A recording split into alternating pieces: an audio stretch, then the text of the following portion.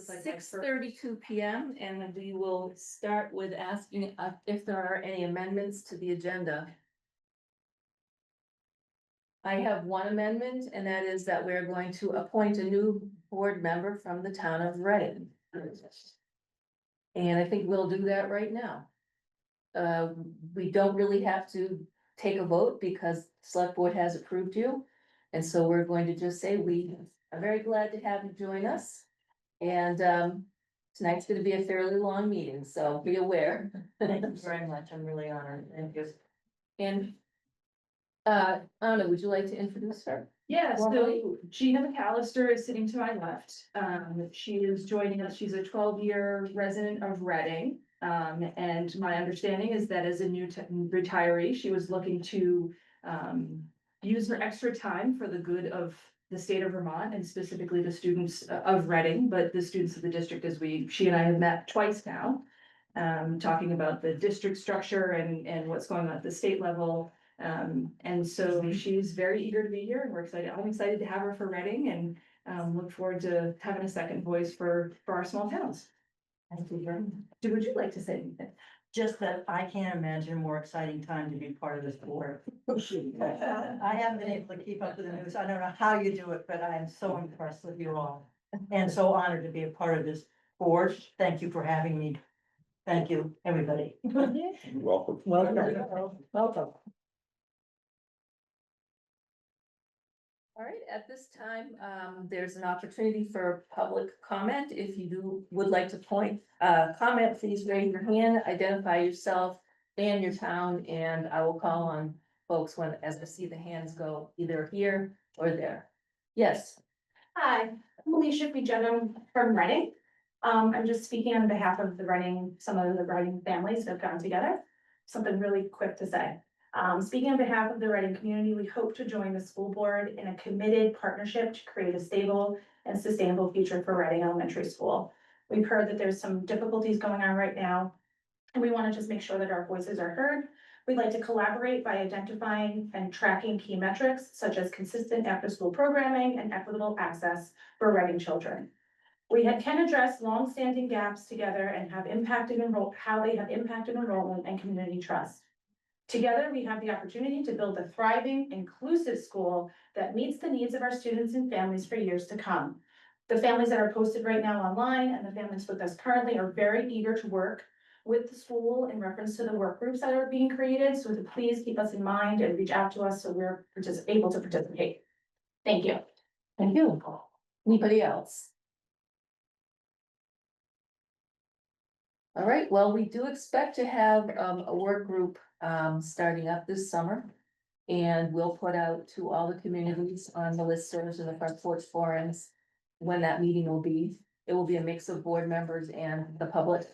So it's a kind of an open meeting and we have not worked out yet a timeline, but I think we have to wait for school to get over and everybody to refresh themselves a little bit before we put that forward. So, but you should expect that probably with a date in late June or early July. Anybody else for public comment? Okay.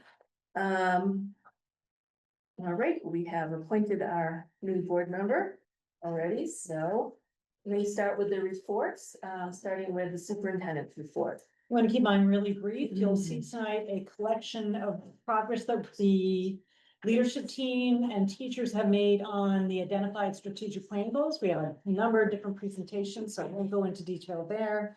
As you know, much of my work this month has been really monitoring what's happening in Montpelier and hopefully keeping people well informed of what actions are going on and how that impacts us in our small district. And just finally, making sure that we take an opportunity. This is our last board meeting for the 24-25 school year, making sure you think back about some of the things and the work we're proud of and what are some of our next steps. But I think it's important that noting it's our last board meeting. It's been quite a year. And I hope that people will take some time to really reflect on the work of the board in the district. Thank you, Sherry. We have Lila and Joaquin. I know you didn't have a written report, but if you'd like to say something, you can start. Okay, yeah, I mean, I will also try to keep this brief. I just made a doc and notes and stuff. I was a little late because lacrosse has been pretty busy. But yeah, this past month, we've had world language students recognized in the annual Language Honor Society induction celebrating excellence in Spanish and French. 15 students joined the French Honor Society and 17 were inducted into the Sociedad Honoraria Hispanica for their dedication both in and out of the classroom. AP exams wrapped up in mid-May and students celebrated with a lively junior and senior prom, which is great. It was hosted by the class of 2026 this year. And students have been excited about seeing new electric buses finally in service, which has been really nice to see the district pushing for more environmentally friendly methods of transportation. People are also worried about in the winter how the buses are gonna perform. We'll cross that bridge when we get there. Teams are thriving. Baseball is, I believe they are now, since writing this, 10-4. They were 9-3. And senior nights across lacrosse and track honor graduating athletes as all teams head toward playoff season and aim for the championship win. And I noticed that 12 students received the seals of biliteracy as well from Woodside. Yep, that's been another highlight from the Yes. language department. Yeah. Glad to know that. Lila, So, sorry, right now the Social Action Club is in the nascent stages of the project to collect and buy books, highlighting various perspectives to contribute to local libraries. We also had a successful confirmed bake sale and food drive 2 weeks ago, raising around $200 as well as collecting multiple boxes of donations. All proceeds will be delivered to the Upper Valley Haven in the coming weeks.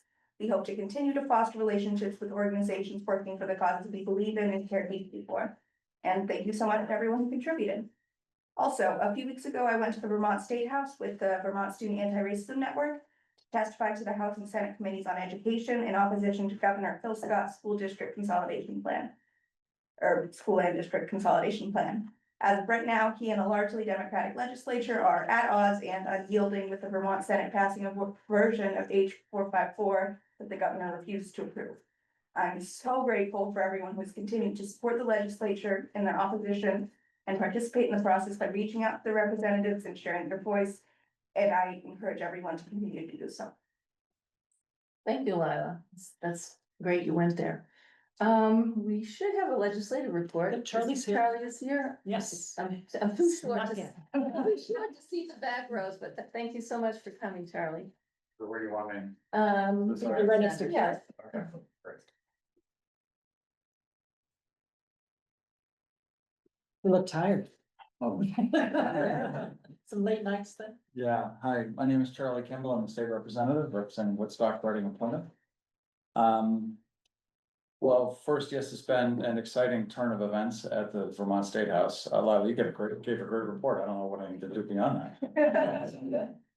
So at first, I just want to say the for sale sign on the front of the school building gave me pause when I came into the.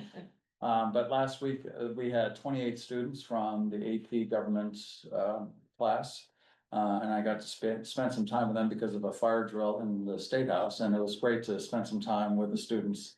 Talked about a variety of issues, and they were really well informed. It was really impressive to be with them. It was great. We also passed a large housing bill last week, which was really pretty amazing. It was not always smooth in the negotiations of that. Both Senator Clarkson and I were on the conference committee. So that was great to get that passed, accessing something called tax increment financing. I won't go into it now because it's really complex. We could be here all night.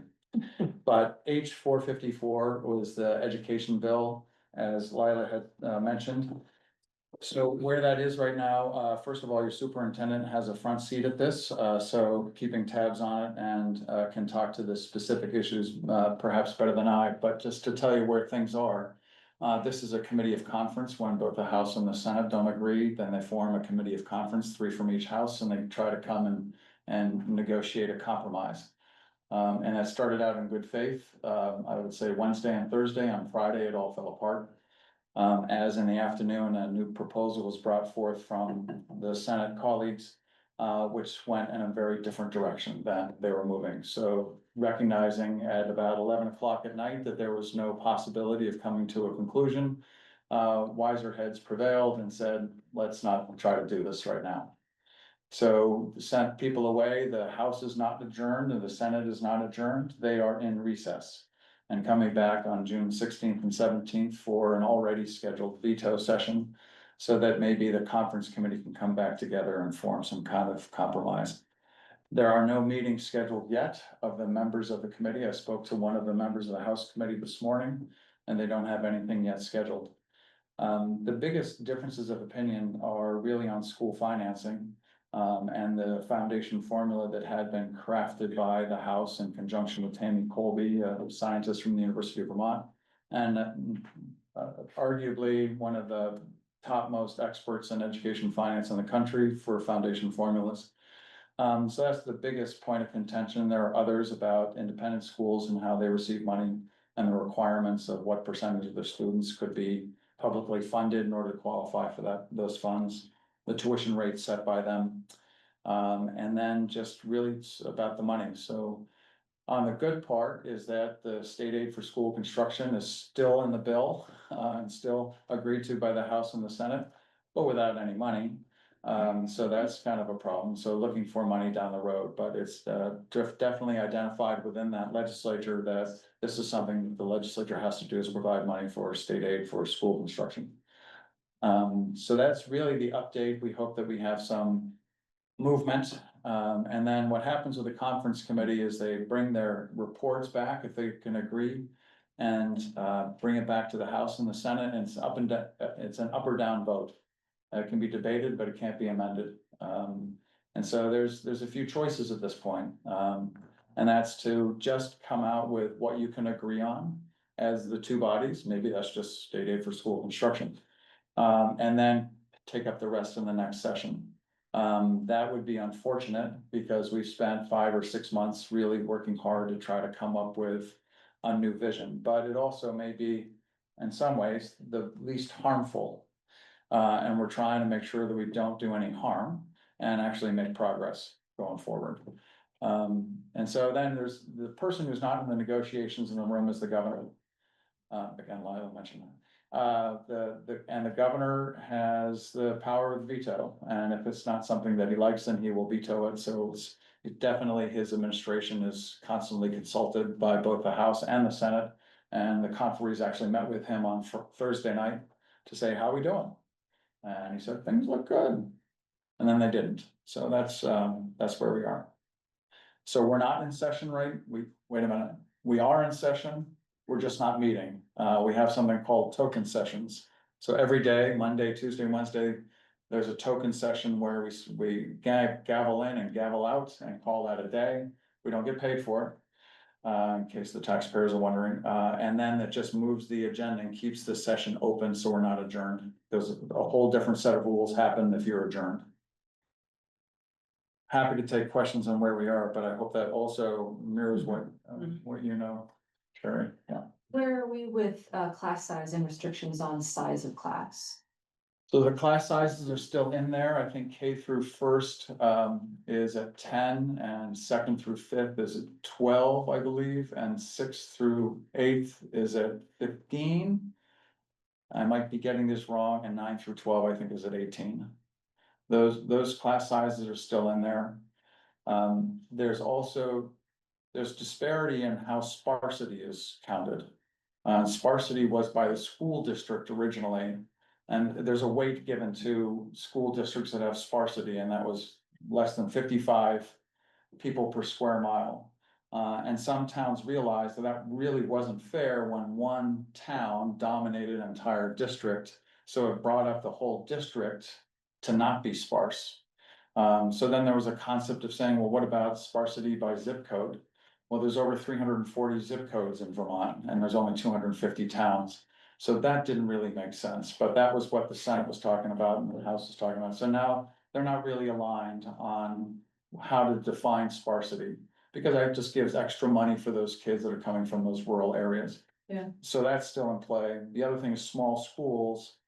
It's up to the State Board of Education to really define small schools by necessity. Those are geographically isolated. So that's not yet defined either. There was a concept at one point of 250 students. or smaller, or 100 students or smaller, so that's still kind of in play. Hate to put it that way, but And is there any verbiage, with regards to combined classrooms? yes, in the House version, and I'm not positive on this, in the House version, it was that the class sizes of, that you could combine up to 2 classes into 1 classroom, and then that class size would apply. Received, so we could have a kindergarten, first grade combined meet 10, even if it's 5 in kindergarten, 5 in first? I believe that's the case, but. The current version, The right? current version, Okay. yeah. Okay, thank you. Well, Any other questions for Charlie? yeah. Hi, Kylie. So the non-homestead taxes, is that still in this bill and can it be taken out of this bill and be a separate thing?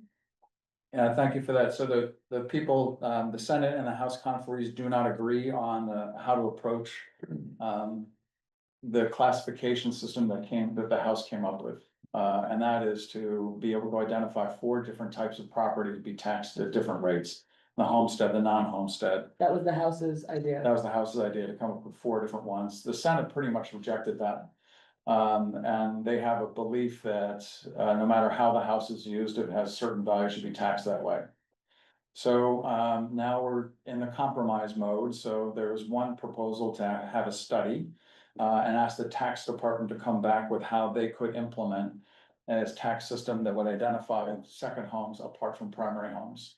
And that's been, the interest of many people in the legislature for a long time, to be able to tax second homes differently than primary homes. There's always question as to how does short-term rentals fit into there too, and that's a different question as to how that property classification works.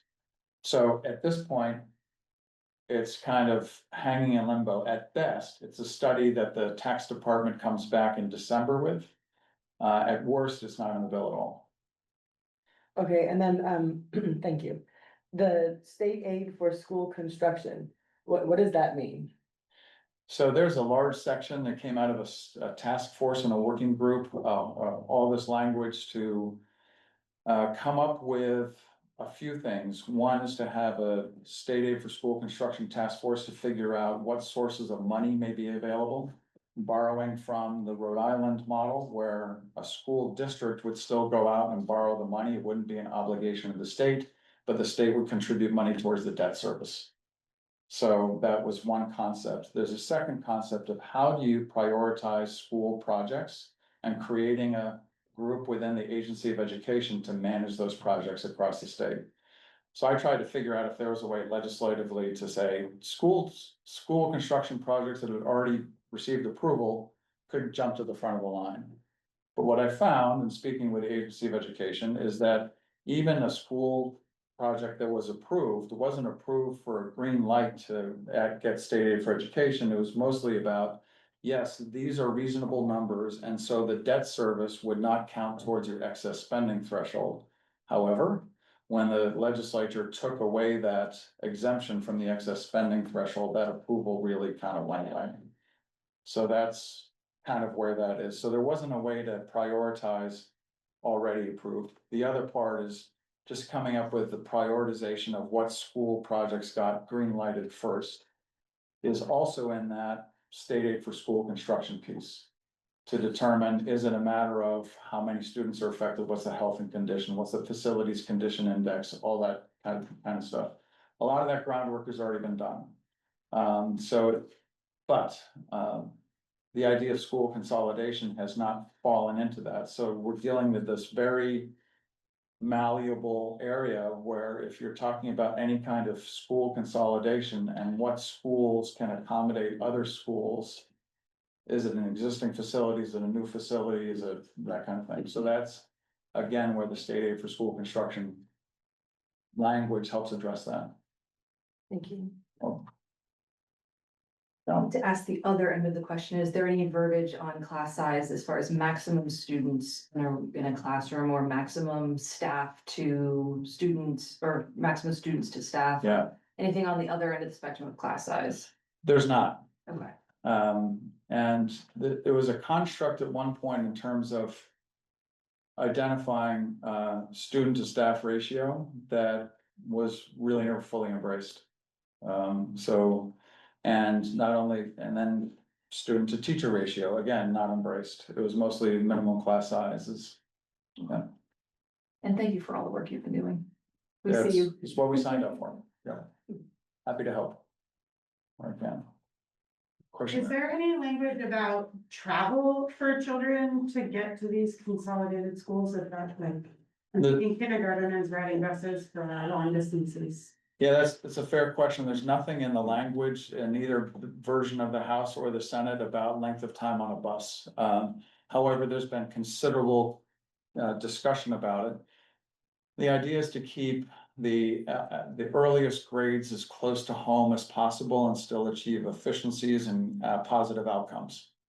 And that it's more applicable for junior high and high school to have a regional facility that offers more opportunities, and those students can generally, I wouldn't say endure a longer bus ride, but it wouldn't be as injurious to them. Yeah.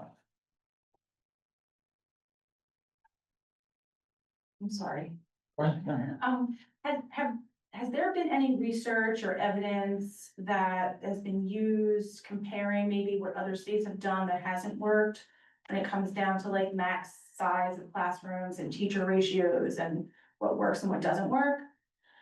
Cause there's a lot of states that have some of these Yeah. issues and conflicts with class sizes. Right, I have to say that there has been research, I'm not as familiar with it, I was really on the money piece more than on that piece of it. But in the process, the House Education, Senate Education, and sometimes I sit on the House Ways and Means Committee. We took testimony from experts from all over the country as to how they had applied a foundation formula, their approaches to their school system. And there's something called this excess spending, no, that's not it, supplemental district spending. As a way to say, if the district isn't given enough money, is there a way to go out to the community and ask for more money? So we dealt with that a lot, but in terms of other states' approaches to minimum class size or maximum class sizes, I don't know the data on that. I know it's had. Thank you. Charlotte? Yeah. So are you hearing from any other towns or parents or students about like how you would implement these types of cost savings? Because even when if the Colby model is adopted, I think it's like 7 million that comes out of our budget, and to me, it seems like even if you closed the smaller schools, not to offend anyone, but like I don't even think we could operate the high school, middle school, elementary school, Killington and West for that amount of money.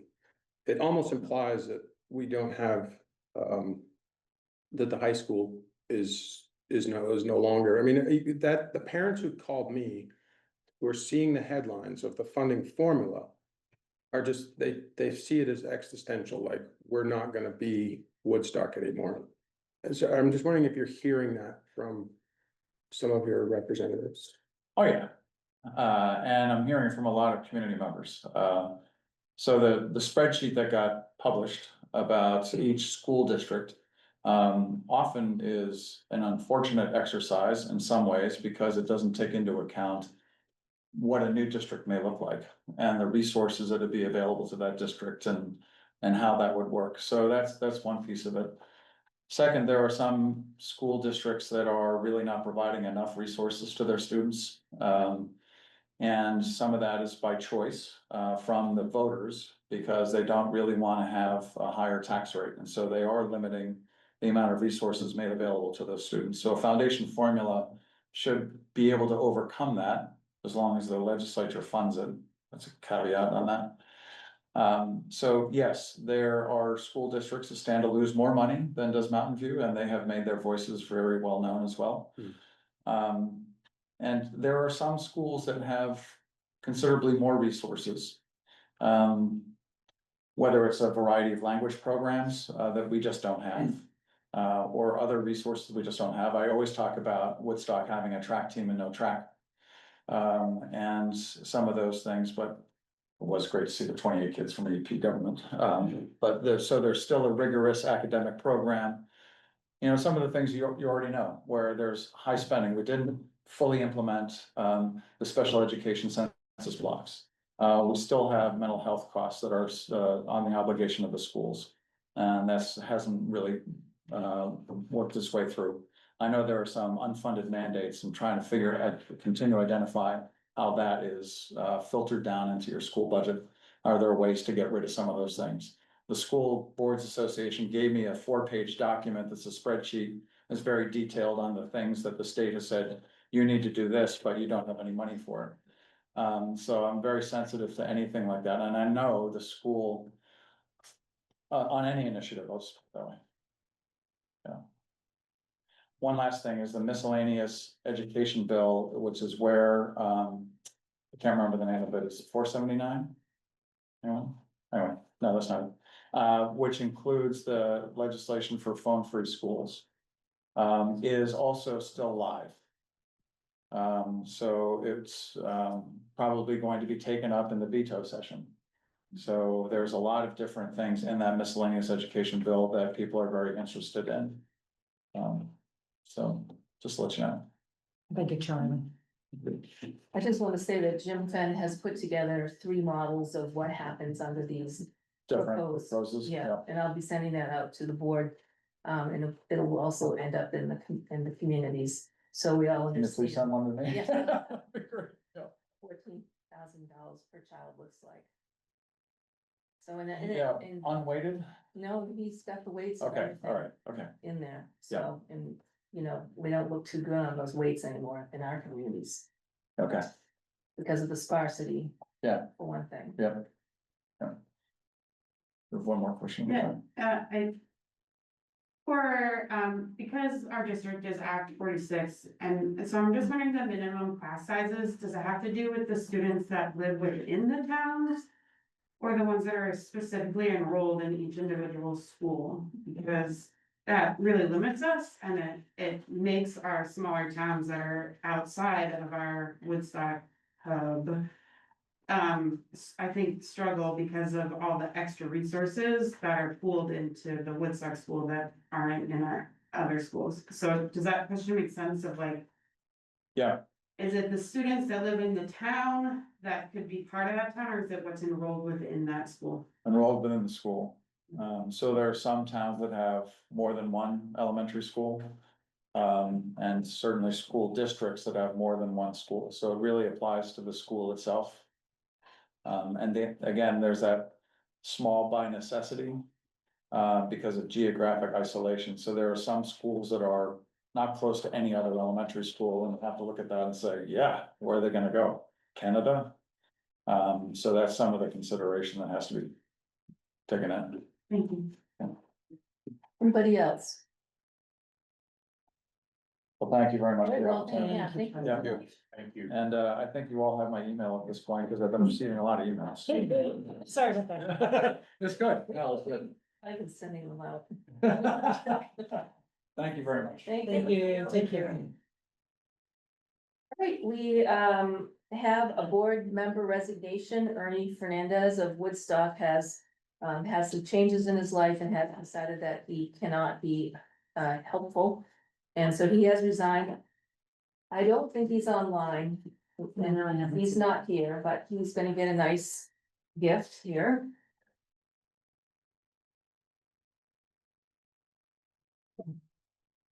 On my foot.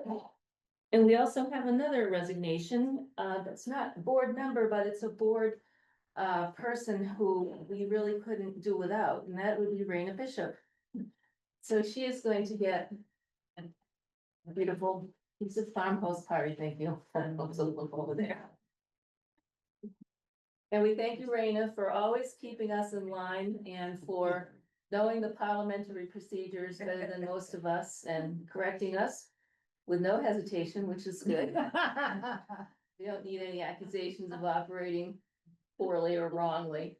And, you know, you're such an asset to our schools and to our central office, and, I know you're gonna do a bang-up job with the HR position as well, you already are, so thank you so much for all the time you've put into it, and if you know anyone who wants to apply, she sent out a some things. It's a by meeting, $100 by each meeting to take the minutes and publish them. So if you know anyone who's looking for a little part-time side hustle, as they say in Florida, let Raina know or send the information out. Thank you so much. Thank you. Rita has agreed to be phone a friend.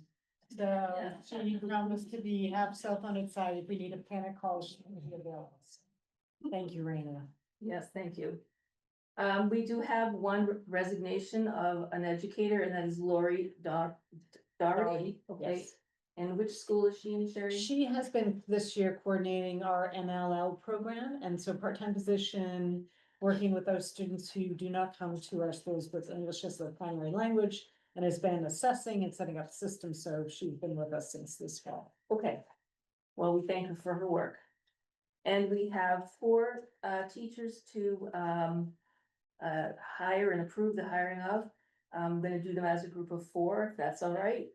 We have Emily Hudson, who's gonna be one of the C3 teachers, and Brian Duff as well, a C3 teacher. Angela Keller is going to be a world language department teacher at Woodstock Union High School Middle School, and Mark Erickson is going to be the new lab STEM teacher at Woodstock Union High School Middle School. Is there a motion to approve the hiring of these teachers? So moved. Second. Thank you. All in favor? Aye. Any opposed? Any abstentions? All right, thank you very much. Now we're gonna hear from Julie Brown, who is our literacy queen. And she's going to give us some stats here, and then Anna has something to say as well. Julie. Do you want to just, Well, you want us just to pass those out, Julie? Sure, I guess I wasn't, Prepared to do anything formal, but just to give celebrate. an overview of what you're doing and. Yes, sure, yes, I'm prepared to give an overview of the University of ESU, absolutely. So, thank you so much for the opportunity. Harry just invited me to say a few words on literacy at Mountain View, so I wrote some things down by 14, I didn't want to, I can say a lot about literacy, so I'm keeping it to just a few minutes. So I think it's important to note that, Mountain View Supervisory Union has an ongoing literacy initiative, and it's pretty important to know that it's within a broader context of declining achievement for Vermont's children. In 2024, in national testing, Vermont was one of only 8 states to see their reading scores significantly decline for 8th grade students. And even more concerning, Vermont was one of only 5 states to see their reading scores significantly decline for 4th grade students in the nation. In 2021, a group of teachers studied approaches to reading development and instruction alongside the amazing Jen Settle. At the time, 58% of our 3rd grade students were reading proficiently. These teacher leaders proposed we set an ambitious goal aligned with reading research and what case studies from different districts suggested was possible. What they proposed to the board and the superintendent was that 80% of our students would be proficient in reading through core instruction by 3rd grade, and that 90% would be proficient with supports at 3rd grade and remain so through the grades. They stated very succinctly that success in literacy is an issue of equity. And as you know, 3rd grade reading is highly correlated with future academic, social, health, emotional outcomes. This board approved that 90% proficiency goal for literacy. You have supported teachers and principals to learn new evidence-based practices for teaching reading and new curriculum. So within this context of declining literacy scores in Vermont in general, and from the 21-22 school year, when more than 4 in 10 of Mountain View's 3rd graders were below proficient on a measure of reading, I'm really happy to report that this spring, 82% of our 3rd grade students demonstrated reading proficiency.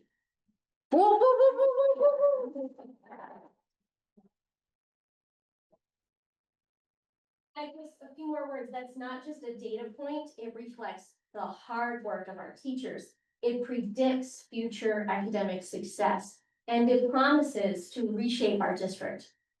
We will keep working to reach that 90% vision and build a school system where all children are strong leaders and writers.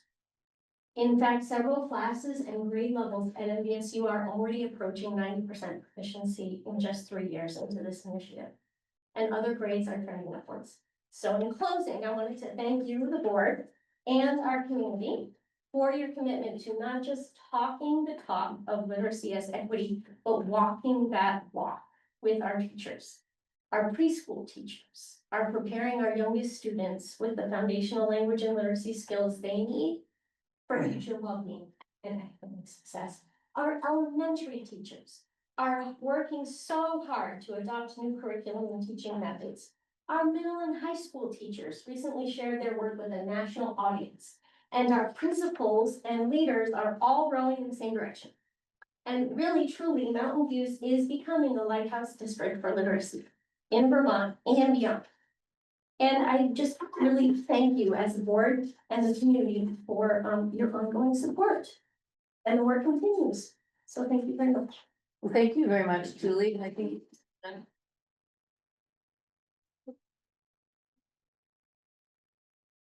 So this evening, we would like to recognize our own Julie Brown. We'll take ownership of you. For your nomination for the Community Impact Social Justice Awards.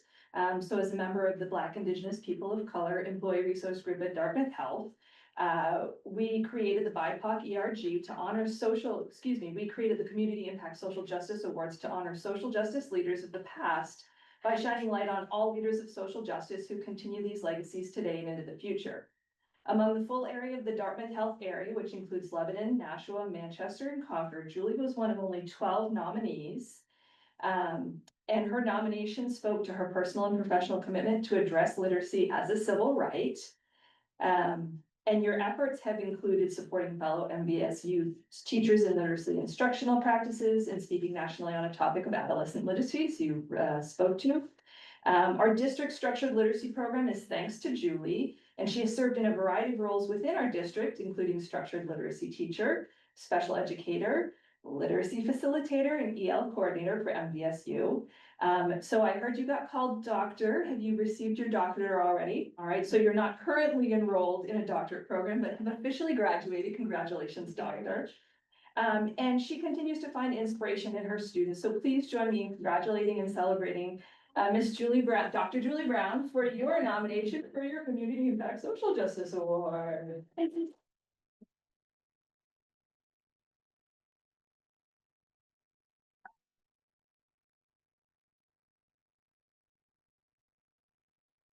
And they said it couldn't be. All right, thank you very much. We are now going to hear from Barnard Academy and the Family and Educators Together team presentations. Yes, sir. Thank you. I'm just gonna pass this out so you have something to take with you and to follow along. We have a very short presentation just to introduce you to this work that we've started. So I'm gonna introduce two of the teachers at Barnard Academy. Erin Butcher is our 5th and 6th grade classroom teacher. And Julia Zalzak. She is our preschool teacher for the 3 and 4-year-old students at our school, and they've both been part of our Families and Educators Together team that we started this year. And I'm gonna have Erin just describe what the Family and Educators Together work is.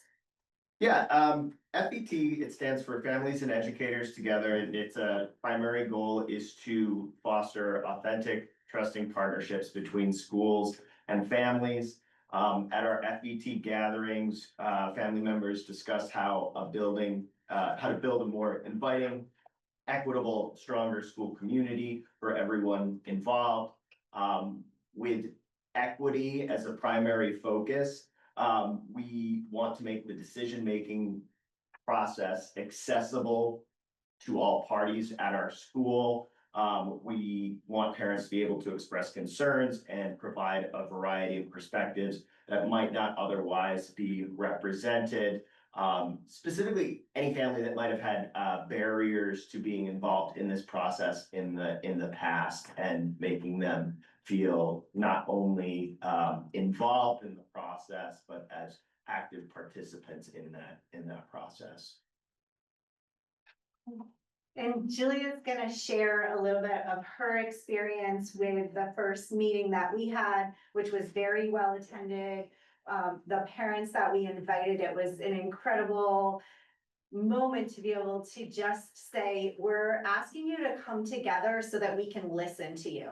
And I would say if there's one sort of overarching goal, is to really listen to the parents, that especially the parents that we don't hear from as often, is to just bring them together in a room and say, we're inviting you to share. So Julie's gonna.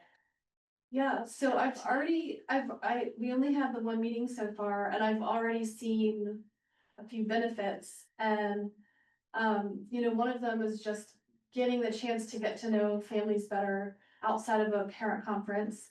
And, be able to get some feedback from them. And at one point in our meeting, we got together in small groups, and my small group really focused a lot on, how to increase their sense of belonging in the community. And we talked about a lot of the blocks for that. And so I've already seen, one of the things that they came up with, the parents came up with, was to be able to share their contact information with each other so that they could do play dates, especially for the families that aren't, longtime Barnard residents. It sounded like that was one of the issues, was the people that aren't long time, Barnard residents are having a hard time integrating into the community. And so what was so cool is we, as a result of the meeting, anyone who gave permission was able to share their contact information, and I've already seen play dates happen because of that. So it was just heartwarming to see an immediate benefit from just our first meeting, so. Just to add a little bit to what Julia was saying, I think the dynamics of our community have changed a lot over the past 5 years. People have come in, people have left. And I think that there is sort of still that sense of isolation from some households that we really want to try to alleviate, and make everybody feel like they're an active part of the school and the community. It was so impressive to see how intentional these parents were about their child's education and their child's upbringing. It was really neat to see. Can you speak to the grant that you wrote to support the work? Yes, so we did get funding from the Innovation Fund, and this work has a really strong hold with not just Barnard, but with our entire district, because it is connected to the strategic plan goal of fostering the vibrant homeschool and community partnerships. So it was one way that we thought that we could really strengthen these community partnerships, and the Innovation Fund was very supportive of it. And we're looking forward to next year of bringing it to probably 3 or 4 more of our schools next year. So it's been a really, really positive experience. Does the board have any comments or questions? Go ahead. As you started talking, it seems to align right with what's kind of rumbling in Reading is getting more community involvement, but specifically parents. Is there one point person that would be willing to converse with me and answer questions? I would love that. Yeah, that's great to hear that there are more schools going to join this. I think it plays a great role, especially because there are a lot of people moving into our areas now. And just to kind of as a aside, we learned about this at Teams while at a conference in Denver. Melissa made a personal contact with the individual who started the program. She's emailing back and forth. So it really was as a result of one of our national conferences that we learned about this, and we're able to now bring it to our small school district. What have you been using the funds for? So we received money for the dinner, we provided dinner and we provided childcare. And so we paid someone to do the childcare and we also provided a stipend to the teachers. They volunteered to do it without a stipend, but we were able to give them to, we've met and, you know, a number of times and also they're having the meeting times in the evening. So, yeah. Anybody else? Okay. All right, thank you very much. That was very interesting. Next we have, with Stockton High School, middle school schedule and programming review. I don't know if you. Jen's gonna speak. Oh, so, Yes. Hi, everyone. I'm Jen Settle, Director of Curriculum Instruction and Assessment. I'm going to be speaking on behalf of Aaron, who couldn't be here this evening. I hope I can do his presentation justice. He wanted to share the work he's been engaged in with New Solutions K-12, which is an organization we hired to help with the elementary schedule redesign. He hired them to help with the high school, middle school schedule redesign. The middle school, high school schedule is a bugaboo. We have a middle school and a high school together. We have shared faculty. We also have specific learning needs at the middle school level and the high school level. And so we've had multiple iterations of a high school schedule and middle school schedule over the years. And none of them seem to be perfect. And as a new leader, Aaron really wanted to engage with best practice and some experts in order to redesign the high school and middle school schedule. To be clear to the students in the room, this is not happening next year. This is something for the future, so don't panic right now. So what New Solutions K-12 did is essentially an audit. They took a look at our schedule and all of our guiding documents from the board level. And they also engaged the staff through one-on-one interviews and small group focus group interviews. Students had opportunities to engage in focus groups, and all of that information was brought together and presented to sort of a guiding coalition of faculty and administrators. Sherry and I are both a part of that. What resulted was a 50-page draft of their findings, and maybe you had the time to read through it all prior to this meeting, but it's linked in the board packet if you want to take a look at it. And so I'm going to highlight some of the pieces that came from that. First of all, they were impressed with, based on our size, the number of AP courses that we offer. And I'll just highlight that our school offers 17 AP courses, Lebanon offers 14, White River Valley offers 9, Windsor 0, Hanover 0. So that was an impressive piece from their research. And we offer nearly 3 times more electives than comparable institutions, including at the middle level. We have some of the smallest average class sizes in the region, and we provide a lot of study halls. There are both pros and cons to both of those data points that they provided to us. Currently, we've developed a creative schedule to meet the different needs of all the different parties that are in that building. And we're trying to make the most of it. We have a pretty complex schedule. I don't know if you're aware, we have 8 classes that are offered, but 6 meet in a day and 2 are dropped. And there's like this break in the middle of the day to make sure we have Hartford students involved in the schedule. And it's quite complex and hard to follow. It does have 5 minutes of passing time in between each classes, and there are some suggestions about potentially reducing that in order to recoup minutes of instruction. Our schedule currently maintains the least amount of academic seat time compared to other peer institutions. They provided detailed proficiency data, and if you check out page 14 of the full report, you can see that as of 23-24, we're still not hitting proficiency goals in literacy and math. We could potentially repurpose our time to increase our academic minutes, and we could reduce the number of study halls. A large cross-section of our teaching community is on the coalition team, and Aaron would like to emphasize that creating a new schedule is a team sport. He wants as many voices involved as possible in the creation of this new schedule for the future. The team is charged with reviewing this research and prioritizing recommendations to make future recommendations to the administration regarding schedules in the 2026 and 2027 school year. So that's just a quick synopsis of the report. Sherry, did you want to add anything from your experience? I chuckle at the sport because there are lots of opinions, lots of ideas. As someone who's been here for more than 30 years, I think I've lived every version of potential schedules. And so I really appreciate, and what I think was actually also in our report and commended for, how involved, how engaged, how passionate our teachers are about the schedule, because it is incredibly challenging what we're doing now, and every conversation really is about what's best for students and how do we maximize those opportunities.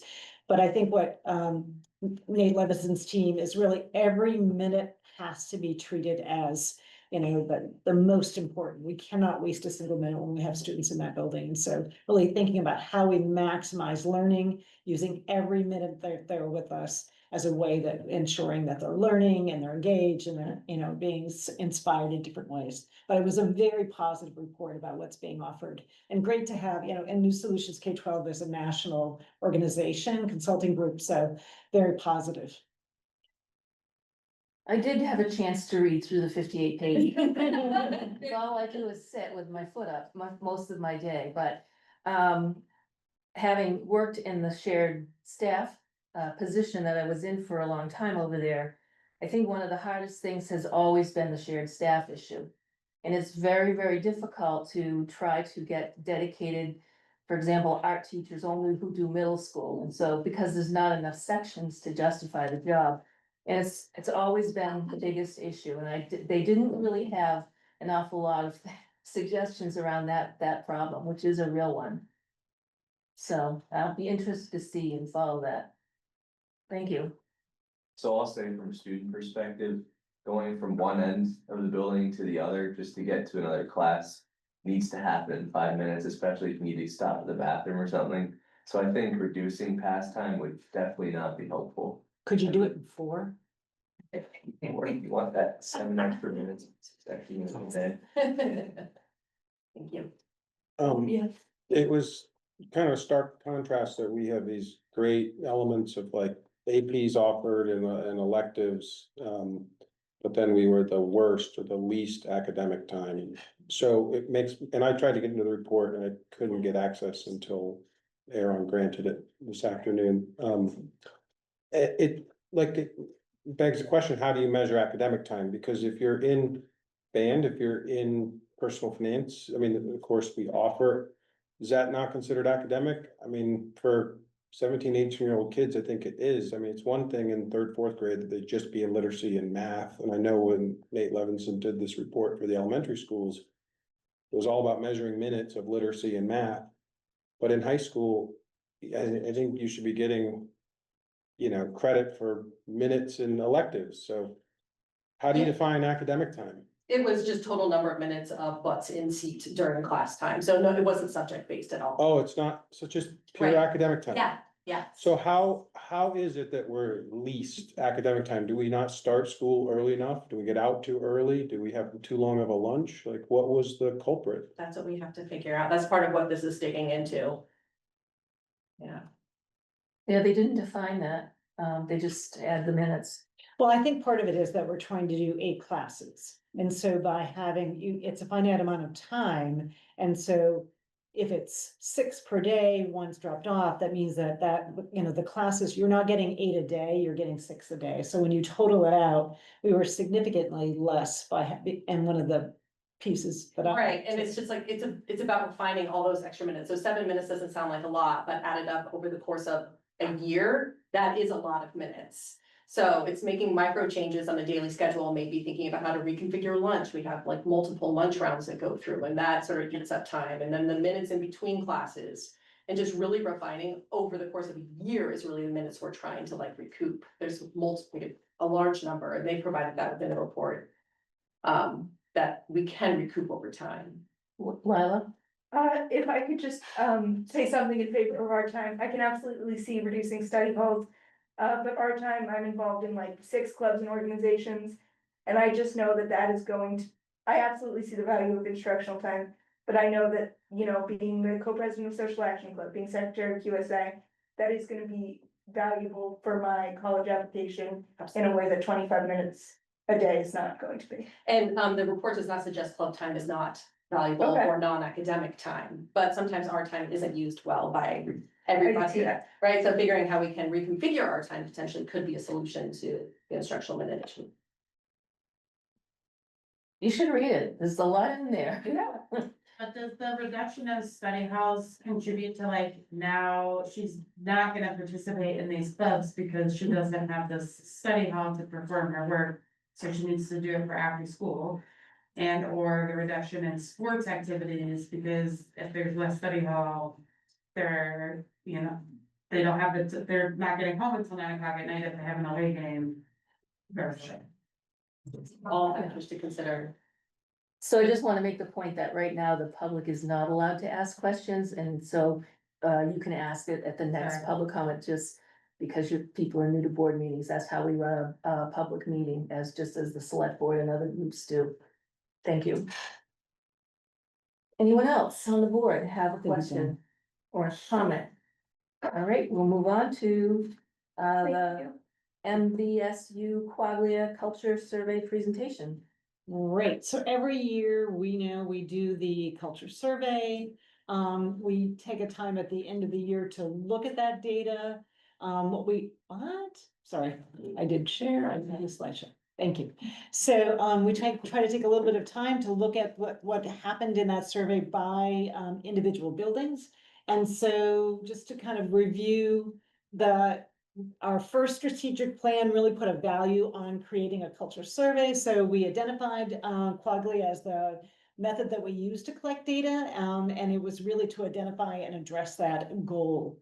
The reason we picked Quaglia is that it had a lot of the conditions that we look at in terms of how do we respond to student behavior. It really was in line in terms of our instructional practice as well as addressing social emotional supports.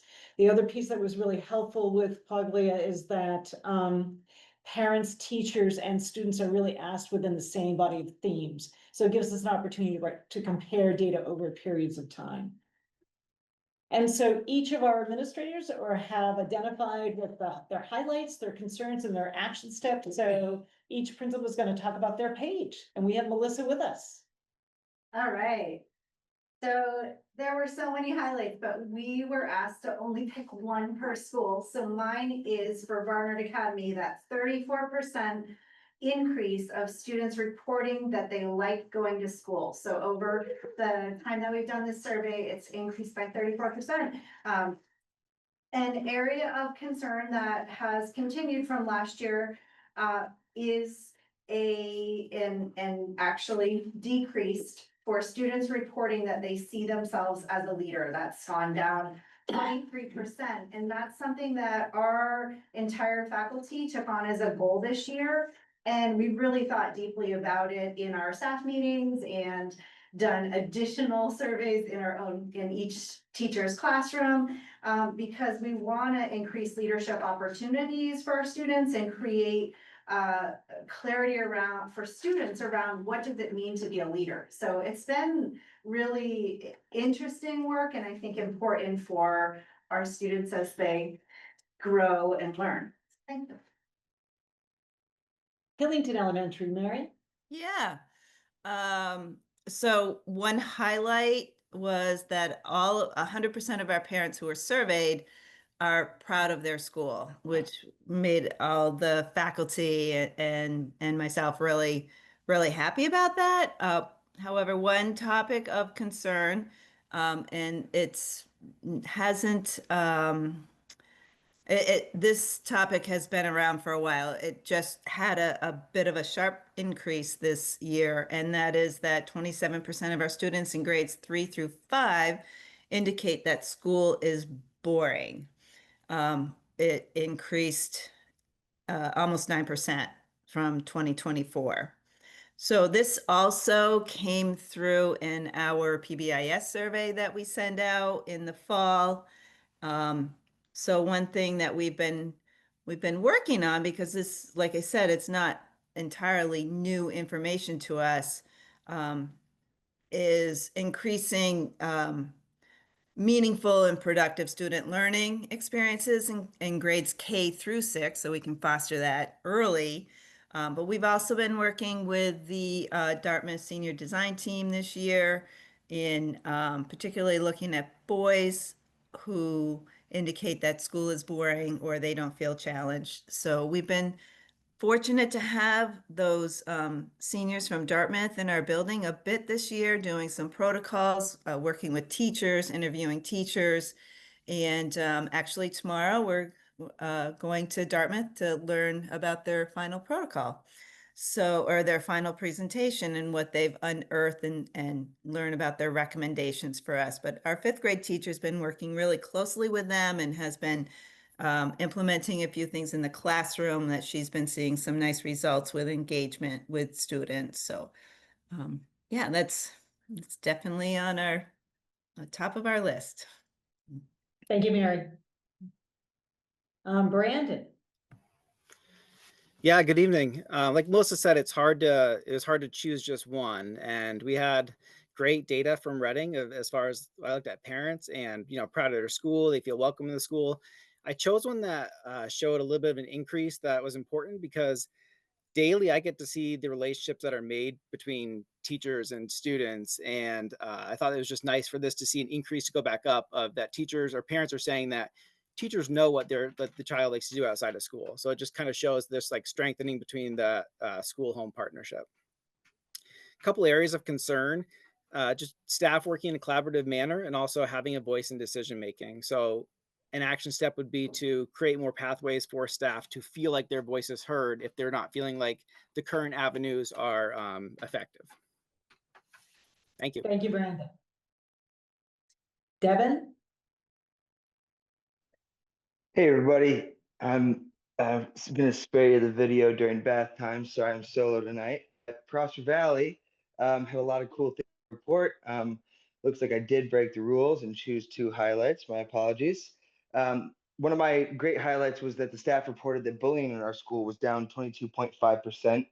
That was exciting, obviously at the general level, but especially for some of the work that we've put in this year and some of the work that the staff has done in terms of our code of conduct in response to behavior. So that's been really exciting.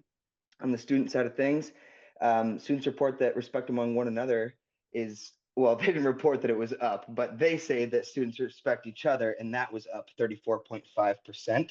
Again, second largest year of Prosper Valley ever, next year being the largest. It's exciting that even with a growing student body, we're able to keep kids for the most part respecting each other, and they're feeling that as well. This one for me was really hard. Staff and students are the reason I'm there, and staff this year reported that effective communication in the building that was down 27.4%. So first year in the gig, I'm hoping that next year can provide some great opportunities for us as a staff. And then along those same lines for an action step, I just want to continue to build opportunities for teacher voice. There's been a lot of great work at Prosper Valley this year. Speaking for myself, who's been on the staff for a long time in a variety of roles, I think there are some big wins in this category. And as always, it's exciting that Sherry's as part of the conversation at the state level, boots on the ground, and our teachers are boots on the ground to the students. So making sure that we can have teacher voice in the day-to-day decision making that can positively affect student achievement. So thanks a lot, folks. Thank you, Devin. Maggie? Hi, everyone. Good evening. Woodstock Elementary School was so pleased to see the improvement in our positive student culture. We saw this in staff reports of decreased bullying, parent reports of decreased bullying, student reports of decreased bullying, and really good increases in student reports of kindness towards one another. This wasn't a surprise because we have in the past 2 years brought on an assistant principal and put in a lot of work in our behavior systems, in our recess monitoring and our behavior response systems. And this is a big win for us and the results of some really good work over the past couple of years by our staff and our school community. Something that was kind of surprising in our data based on the work that we've done is this sense of students not feeling recognized by the staff for their positive behaviors or their successes. So Our staff also have been feeling a decrease in opportunities for collaboration and opportunities to give feedback. Oh, I broke the rule just like Devin. I put 2 down there. So for the student concern, some of our staff have been already implementing some systems in their classrooms to more specifically recognize students for positive contributions, positive behaviors. We have some systems in place to recognize positive behaviors already. And we're going to be taking a look at those this summer during the PBIS Institute and how we can revamp those to make sure they're really consistent across our school. And then for the staff, we've been implementing more ways in our staff meetings for staff to give feedback. And we're planning some collaboration opportunities for next year into our schedule. Thank you, Maggie. Hi. So I was thinking for Aaron. So in terms of a highlight, the staff report significantly increased visibility and accessibility of building administration, which is really a testament to the work of Tom and Aaron to really be visible in the hallways. It went up by 14%. So that was definitely something that Aaron wanted to highlight out of the results of the Quaglia data. In terms of the topic of concern, there was a slight decrease by 2% in student perceptions that adults and students work together to make our school better. And so Aaron was highlighting the work of the agentic environment working group. That's something to really dig into to foster dialogue among students and faculty and really increase student agency and voice in the school. Thank you. And then overall, we really want to demonstrate that this survey data is used as an important data resource for many of our inquiries. We look at our test scores, and we look at individual student data, but having an opportunity to balance that with the culture survey, which is students, staff, and parents, is really helpful for us. A topic of concern is parent participation was not as strong this year. So talking to principals of how do we make sure we get parents' input in this discussion of culture. We don't want to hear only when there's an issue. We want to hear all the time so we can get better. And as you can see by this, it really does inform the work of our faculty, staff, and leadership team. And we just want to make sure we promote the importance of providing feedback on the culture of NVSU from parents and staff. So this is really an opportunity, anonymous, to collect really meaningful information and that we can track over a number of years. So we're really looking to how do we aggregate the data a little bit better so we can start to really, fine tune when we move a certain lever, what happens and how is that reflected in our culture data. Hey, Sherry. Hey, Devin. Super quickly, just for what it's worth, that was a concern that I had there first that I didn't keep there because we were only allowed 2 and I didn't want to break 2 rules. But to put in perspective, there's 90 students at Prosser Valley, and this year we had 19 parents take the survey. So that's just one school, but definitely a concern. We got to get that that rate of completion. Thank you, Devin. Questions? Presentation, you can look at the full data for any of our school campuses. So if you want to do, Raf did an amazing job of kind of breaking it down, comparison from year to year and all the different areas. So if you want to do a deep dive, the presentation has each of the full Quaglia data presentation over multiple years. Any comments or questions? Sorry. All right. Well, thank you very much. Good information. We are now going to have a PCB update presentation from Joe Wagoli, Buildings and Grounds, and Ralph Adamek and Sherry. So give me a second to pull up that presentation. A second.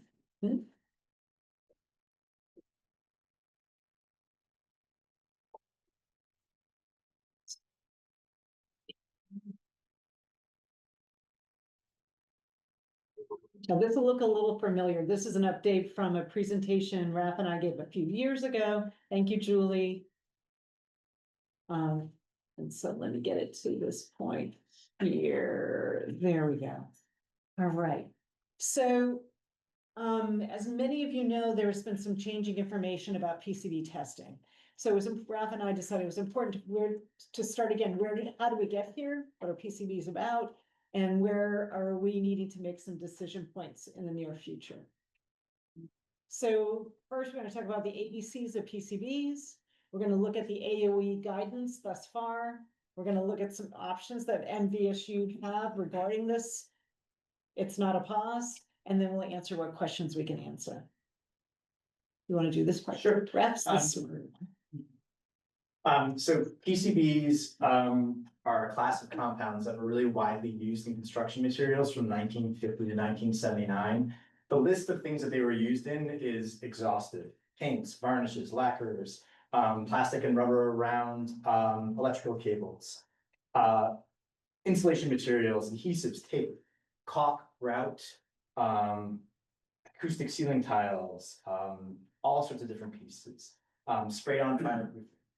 So some of these materials have more PCBs than others. The EPA is aware of caulk that is made up of 50% of PCBs. So caulk around windows and caulks that was used in buildings between 1950 and 1979 are a huge concern.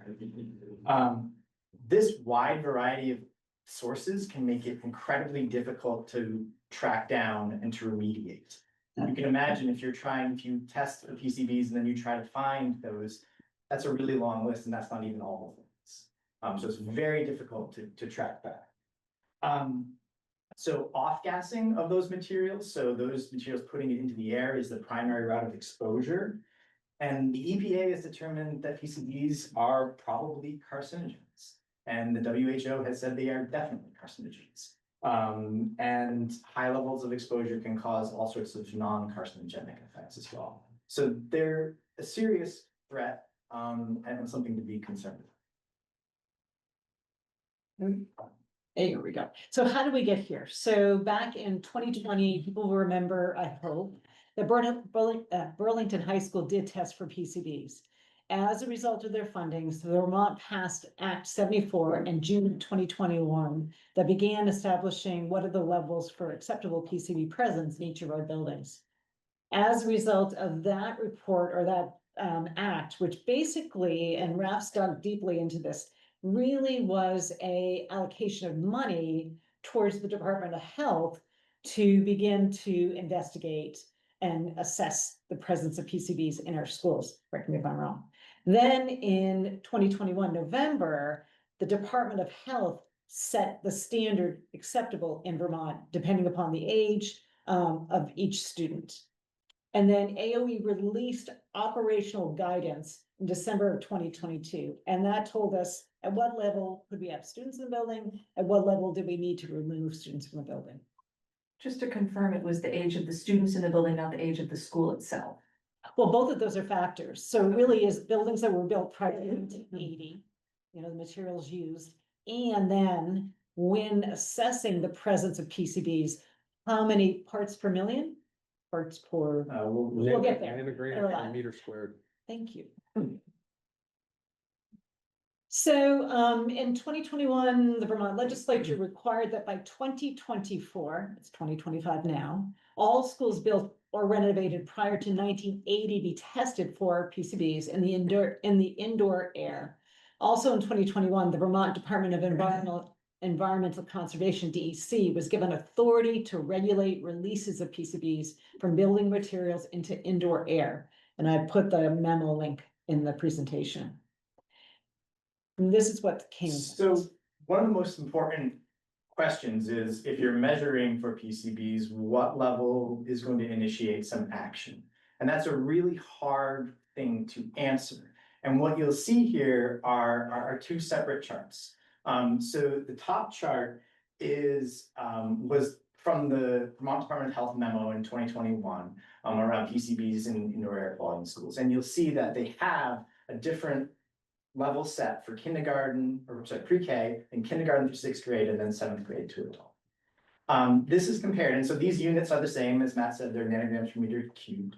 In the EPA guidance from 2017, you'll see that the numbers are really different. And so there's all sorts of questions as to why these things are different. Vermont cites some changes in science. Things change between 2021 and 2017. But the effect of this is that if we test our buildings and we exceed any of the levels that are the school action level on the top chart there are occupancy plans that go into place. And these can vary from limiting a room to a certain number of hours per day, to closing a room, to closing a wing, to closing an entire building until the levels come down. So the levels are very important in this conversation. So what's new? So we were slated to test this summer at our middle school and high school and at Woodstock Elementary. We received the following information on May 16th from the Secretary of Education, that for schools scheduled for PCB testing after June 2024 that have not yet tested, future testing will occur in scheduled order as funding becomes available. For initial indoor air quality testing, initial air quality testing includes inventory followed by indoor air sampling.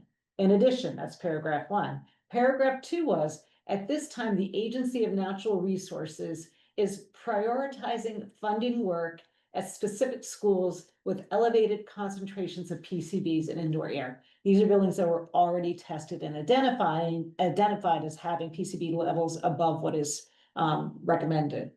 The ANR wants to support schools who wish to move forward using their funds to continue investigating, mitigating, and responding to PCB releases. The ANR will work to reimburse school-funded work when additional funding becomes available. All PCB-related work requires review and approval by the Department of Environmental Conservation, which has been a nightmare when I speak to other superintendents, before work is started to ensure compliance with rules and regulations and to be eligible for reimbursement. So it's not a pause. It's saying, we'll get to you when we have the money. So it really puts us in a challenging position. So is it possible that there are schools that have not been tested that are much higher than schools that have been tested and identified and are being remediated now? Correct. So MVSU has two options. MVSU board chooses option 1, MVSU board chooses to wait to test the middle school, high school, and west until state funding is available to cover the cost for testing. Or option 2, MVSU board authorizes PCB testing for the middle school, high school, and west with costs to be covered through the local budget. Pros and cons. So option 1, pros, local tax dollars are not used to cover the costs of testing, which may be up to $500,000. That's based on our conversations with Hartford School District and their facilities, based on the testing they did. So there's not just, we test, so the testing is around $30,000. But if elevated levels are found, then you have to do material testing to find, determine where the presence and what you do. For Hartford, the testing started last September. They're just still now getting the latest data. So it takes a long period of time. Costs would be included in our per pupil spend. Students remain in their school buildings while potential state funding for renovation and new construction are realized. Cons, communities would not know the extent of PCB exposure in our 2 buildings and the needs for remediation. And so the converse is true if we pursue option 2. Pros, communities would know the extent of PCB exposure in our 2 buildings and the need for remediation. Possibly could better represent the need for a new facility at the middle school, high school campus. And the cons, local tax dollars are used to cover the cost of testing, which could be up to $500,000. The cost would be included in our per pupil spend, pushing us further over the spending threshold. And if the presence of PCBs are significant, could mean the displacement of elementary and secondary students for an extended period of time. That's where we are today. Lots of questions. I'll defer since I've been very vocal tonight. Oh, okay, I was just wondering why the acceptable levels went up for high school, because I'm a high schooler, I get it, but like, is there a scientific reason? Yes. Yes, toxicology basically. So as people are growing, there's younger bodies are more susceptible to different things. And so generally, the acceptable use limits for younger people is lower as their brains and bodies are developing. And as you approach, adulthood, it comes closer to adulthood. But I'm just wondering why it went back down after high school years. Unless I read that wrong. Yeah, I don't think it did. No, I think they're two different.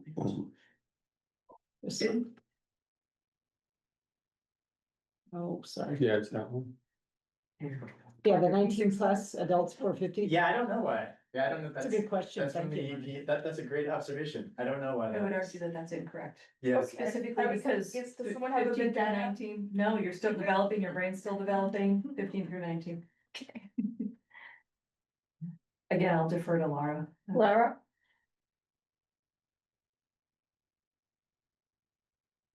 Hi, yeah, so I'm on the Buildings and Grounds, committee, and I wanted to add that we have discussed, techniques that we were going to use in order to try to lower our PCB level in our school, in the, anticipation of being tested. And I would like to suggest that if we were to go with option one, we would go with it and still do those techniques that we were going to do. Because what we really want is to have lower PCBs, regardless of whether it's tested or not. So I think we should still do those things. And we did, Laura, that was done over April vacation. Joe's on here, but I'm trying to give Joe a vacation day. So Joe's team did Yeah. clean all the air. Go ahead, Joe. Can't give him his day off. Yeah, I can speak to that. So we still have all intention of doing the deep cleaning that we slated for this summer. We're going to continue with that regardless. And yes, we did complete duct cleaning at Woodstock Elementary. We're about halfway through the high school, and as soon as school gets out, we'll probably do it. I would say the first half of July, and then both schools would have their ductwork cleaning, and then a deep clean where we'll go through and try to identify spots like where there's caulk and whatnot, and clean those to the best of our abilities. We'll be using HEPA filters, all the walls, ceilings, every square inch will be vacuumed.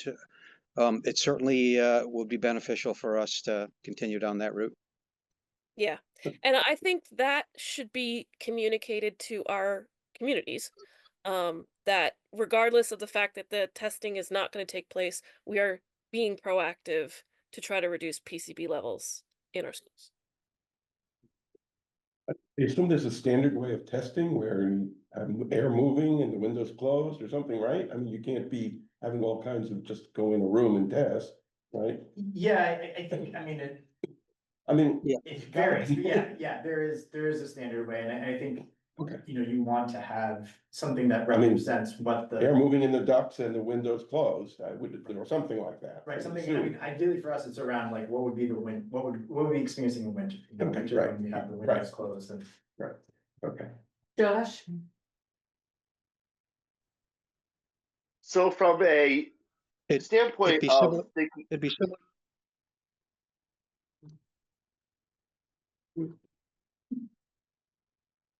I was gonna say, from the standpoint of looking at this from a cost perspective, wouldn't we be doing an injustice to our students not by doing option 2 and not doing option 1? I mean, we're going to increase our cost per pupil and our taxpayer impact significantly by approving this.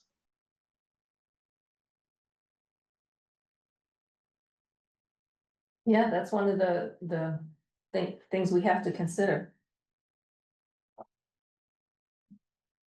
Matt? So I've been following the issue for some time, and I've noticed that the Vermont standards are like 80% lower than the EPA standards. But then when I read some of the results from neighboring schools like Hartford, they certainly had classrooms that tested above the national standard. So, and some were like extraordinarily higher, like 1,600, nanograms per meter cubed. And so whether we do the testing or not, I think we know there's some of it is in the air. in our buildings that were built before 1980. And what I think we really want to know is like, where are the worst areas in the school? And is it possible to do some sample testing that's not $500,000? In my profession, we have to do geotechnical testing of 700, 800,000 acre sites before we can build on them. And we'll just go around and do representative samples, even though 5 years later, we might sample every 10 meters.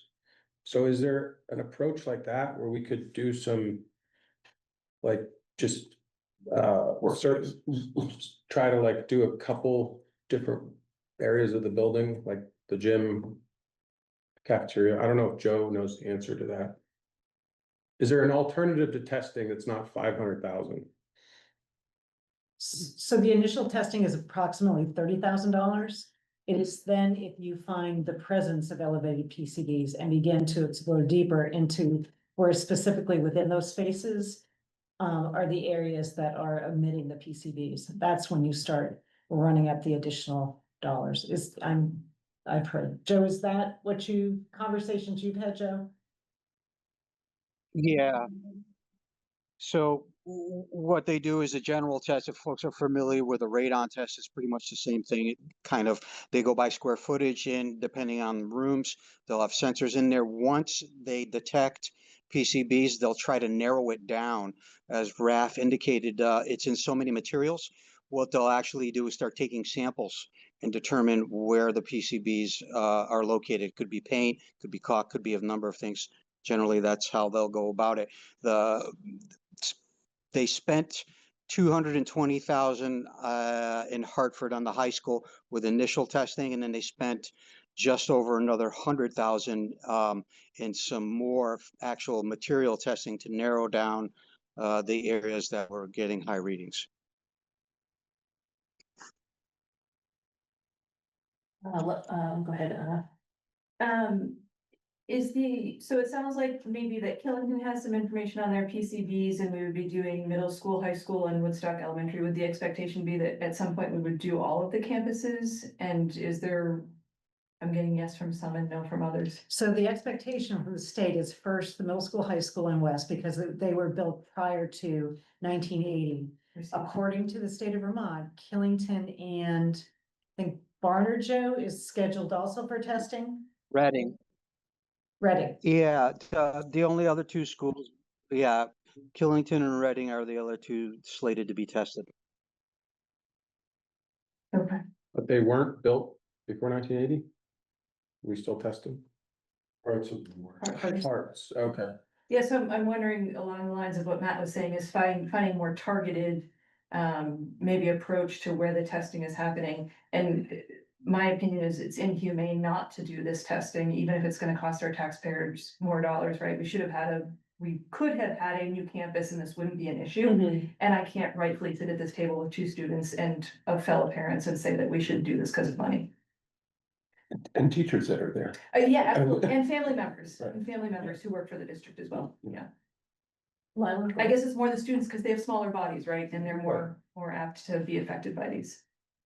If we're talking like $30,000, is there anything stopping us from like doing a fundraiser, setting out a community notice, looking for a grant? Cause I feel like we've had $1 million+ donations. I'm sure that there is some family somewhere that would be more than happy to donate 30K so we could get the initial testing. And anything can be explored on that front. Is there like a legal conflict with that or? I don't think so. It's, if we do the testing and if they find PCBs, it comes from the taxes that the town pays, not from our school budget. No, it's from our school budget. Which the taxes that the town pays. I mean, with the idea that it's possible it would be paid back in the future, but not guaranteed. Yeah, I don't see that. Right. I mean, I think, like with the climate, we're at a great risk of losing our entire school right now. And I think that, I think that community engagement and awareness is very low in this. I think the parents are very aware of this, the school board is, but outside of this, I understand constituents in Woodstock are saying, oh, we can have our sewage system because we're not building a new school, and they don't understand the economic impact of our school and how important this school is, and it's the number one, maybe the number two economic driver of this town as well, so, you know, also as a parent, and I think that we should do the testing. Well, we have discussed holding a community forum, perhaps it's sometime over the summer, perhaps in August, when families have finished their vacation or are getting ready to come back to school. Because there probably will be more information and changes in the legislature perhaps, so we would know whether or not they're gonna be looking to build these hub schools. On the other side of that, there's a lot of people who are mobilizing now and trying, as you know, Sarit, are trying to make the case that we should be a hub school because of the strong program we have for academics and craft programs, athletics, all of those things. So it's a matter of, you know, those two groups probably would interface with each other, but if that can be moved forward and they come up with a funding strategy and so forth, but it will still take at least 3 years. To do testing? No, To to figure out what build a goes on? school. To Yeah. build- you can't build a school like that overnight. And the other thing is that, they probably won't build it for us. We have to have some more districts or some more schools come together with us in order to have it big enough in the size that they're putting out there as they want. We're close to qualifying, they say. Maybe I was like conflating two issues, like we've got the PCB issue and we've got this school issue. Right, so I think the plan is to keep moving forward on making the case for the new school. That's definitely what I'm reading. Yes. And, Definitely, and I'd like to talk about that with like the community engagement committee and how it can Yeah. help and the one pager and all that, but this PCB. Maybe I think it would bring awareness to, you know, the constituents ignored all the, you know, all the tours of the high school and what kind of shapes it's in. And maybe this would highlight it more, you know, bring aware, you know, and then also putting all the teachers and kids in danger, like. if Right, we I mean- knowingly do that. right, there's no school that has capacity near us for us to ship kids to, Hartford's no option. People are suggesting that just send all the kids to Hartford was one of the strategies, and we're like, well, not now. And when you're talking about long bus rides, Rutland is, that no high school really has been built to the capacity that they need. So, I mean, there's nowhere to go, so we're looking at trailers out there on the lawn. So what would we do? The if we Union do find Arena, the probably PCBs? co-opt a couple rooms here and, Yeah. you know, I mean. We would have to have a plan, which Sherry has been working on a plan as well as others. As to what to do if we had to ultimately quickly shut down. But as you know, in Hartford, they're only looking at certain areas right now to close down, and they're looking at ways, if they do that. Where to move the kids and still keep them on that campus. Because of the complex structure of schedules, as we heard. You know, the teachers have to be able to get to the various classes. So that's why, and we can't go down there farther because it's the floodplain. So, yeah, we're strapped. Yes. Has this building been tested before, the high school? No. No, okay, No, think it would be valuable to test it. well, Just to clarify, so if we went through with the $30,000 testing and we did find elevated levels of PCB, we would have to like do the 500K. well, however much they charge us. Okay, yeah, Yeah, but we would have to do that. yeah, Okay, it would be wrong not to, yes. morally wrong. Josh? So that was my biggest concerns looking at this was, where do our kids go if we test and we find that we are above the standards that the EPA sets? What are we gonna do? Our students don't have anywhere to go. Hartford's already strapped because half their schools closed due to this same issue. So it's one of those catch-22 type of situations.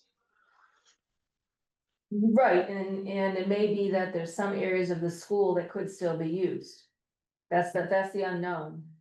We don't know how big the problem is.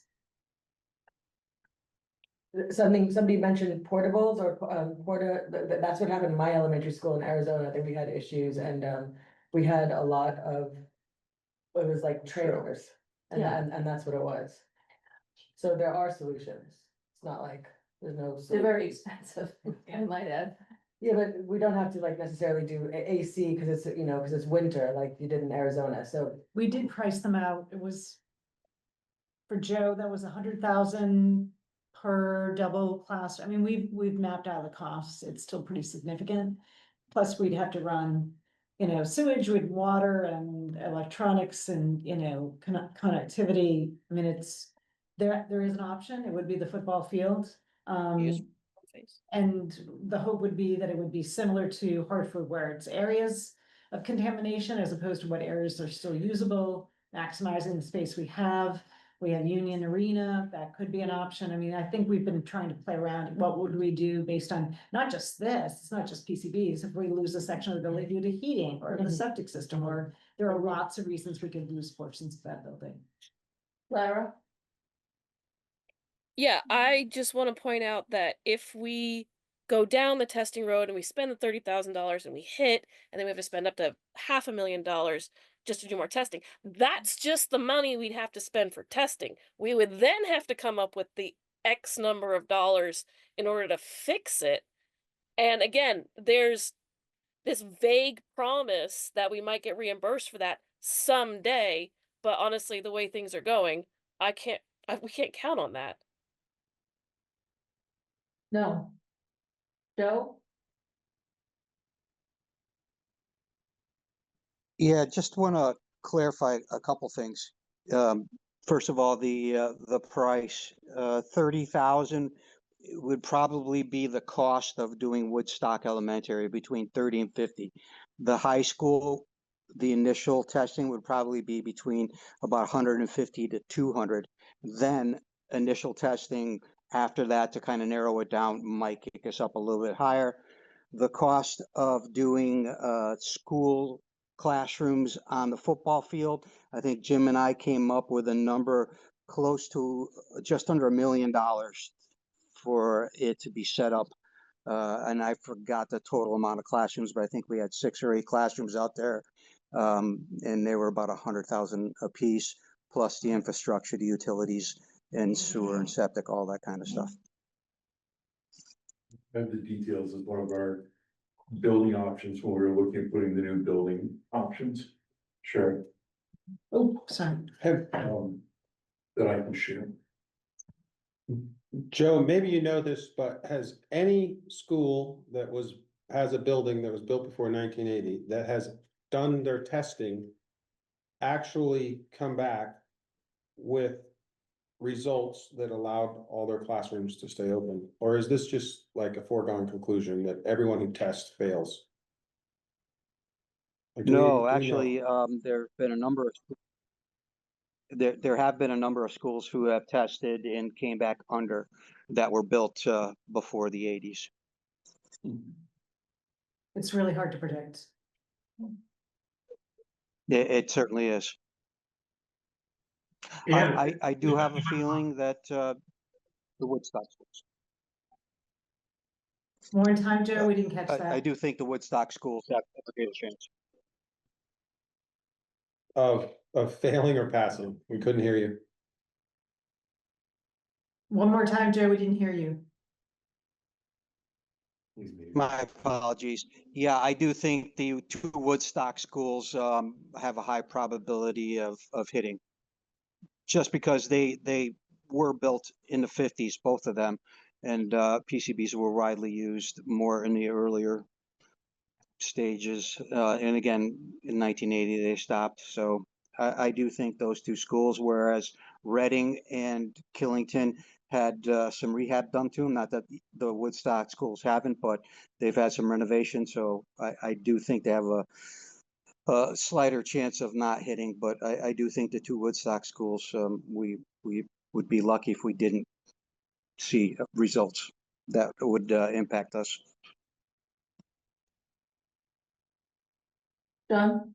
I seem to remember hearing that there was a school that even remediated afterward and their levels came back even higher. Also, I mean, That's that's correct. a possibility. That's what happened to Bellows Falls. They put in ventilators after, and they did everything. So the state tends to push more towards covering it up as opposed to removal.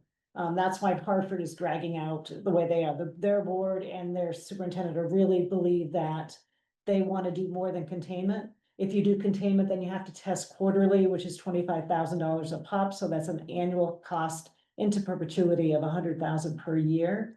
So the board of Hartford and the superintendent really push that. They do not want to remediate. The only way they want to remediate is by removing those portions of the building.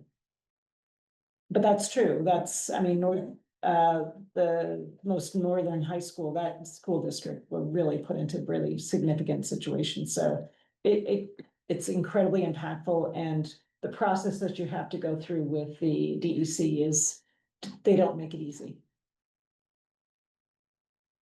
Sorry.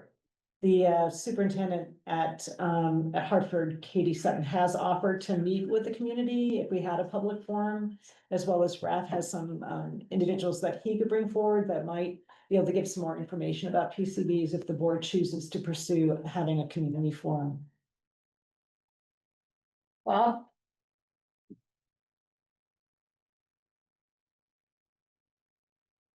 You're muted.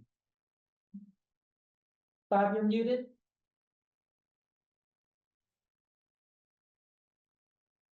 Bob, we can't hear you. Oh, there we Sorry. go. Is this a decision that's gonna be made tonight by the board? If so, I say we move ahead and do it. I mean, I don't make the think, I don't decision. think we're ready yet, Bob. I think the buildings and grounds should bring that forward. Yeah, well, then if that's what we're gonna do, then I say let's refer it back to building and grounds for more consideration.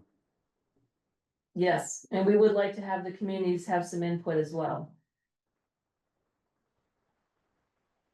I'm not really sure how you're gonna do that, but other than announce the building and grounds committee meetings and invite the public to come.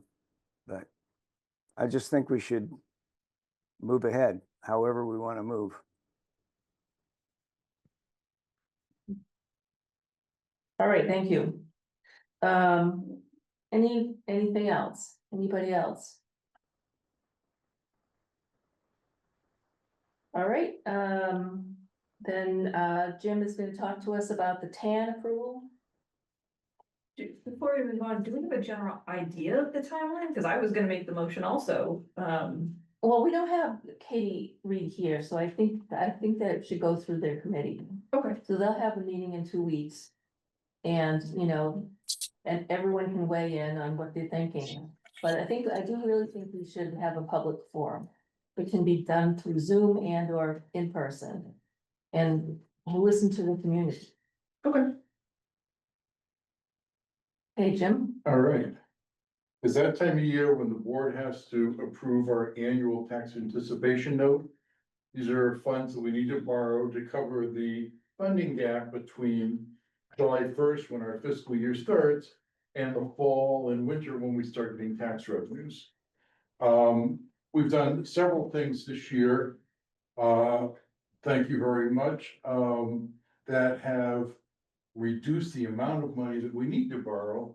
The biggest one was just converting our banknote into a bond, which pushes the payment into November when we have tax revenues, so we don't have to borrow that money. Instead, so we were paying in July, borrowing $1 million so we could pay off a note. Now we don't have to borrow that. So that immediately dropped our TAN by $1 million. The other good thing is interest rates, which are still, in my opinion, high, have come down to 5.75% from 6.5% last year. So what we're proposing, what I've got all the documents for, in Close and I've been working with Mascoma Bank, who is our bank, for all of our banking activities, to borrow 2.5 million for 12 months.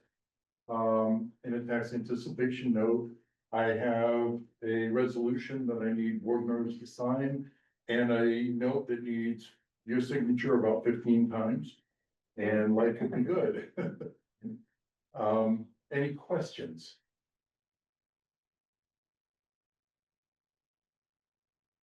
Do we have a motion on the table?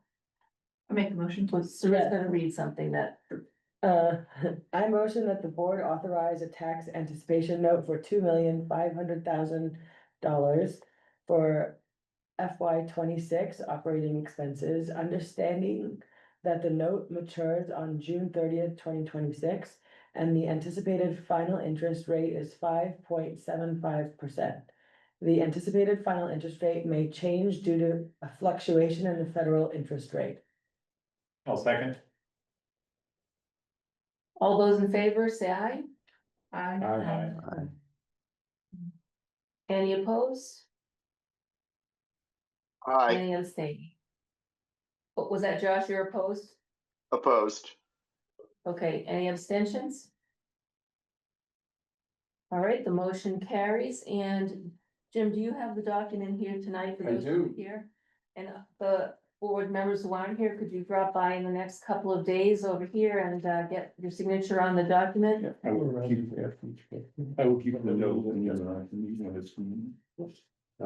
Like a roll call? Yeah, do we have to do a roll call? There's only one. There's only, Do I need a roll call for one? Nay. This is why we phone a friend. Phoning the friend. sorry. Technically by statute, yes. All right, I will do the roll call. Please either put your Zoom hand up or your voice. Heather Lawler, Aye.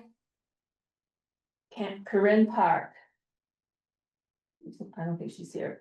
Katie Reed is not here, and Carl? No. Bob Cream, Aye. Lydia Locke? Aye. Matt Stout? Aye. Sam is not here, Sarit? Aye. Laura? Aye. Ryan is not here, I don't think. Elliot? Aye. Josh? Nay. Anna? Aye. Don? Aye. And Ernie's not here. All right, the vote is passed. And I will send around the. If you I'll keep this if you one. want to add. Point Gina. Aye. Thank you. Actually, Gina, when you sign here, just sign with Ernie Fernandez and cross it out and put your name on it. All In right. his space. Not Ernie, she Thank you. filled the Reading position. right? A position that's not there, so, sorry. Well, actually, then why don't you just cross his name out anyway and write yours in Reading? Yeah. Great. Okay. All right, we'll keep moving on the agenda. We have.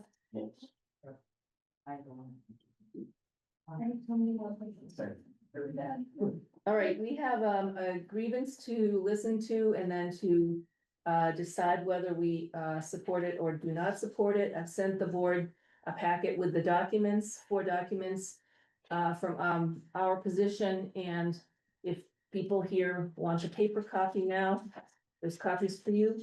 But the plan for this is that yeah, there's plenty of them. The plan is that, first we'll hear from the ESP leaders regarding the use of Red Rover as a means for submitting their time each day. They will present the grievance to us against using Red Rover, then we will ask clarifying questions to the support staff team. After which, I'll make a presentation of our position on this grievance. And then the board will discuss and vote to either deny the grievance or recommend that it be upheld. So that's the plan. So Julie, and I don't know if you have others who are planning to speak. Is Selena still on? Is who? Selena. Yes, Selena is on. Okay. I'll take the other seat. Sure.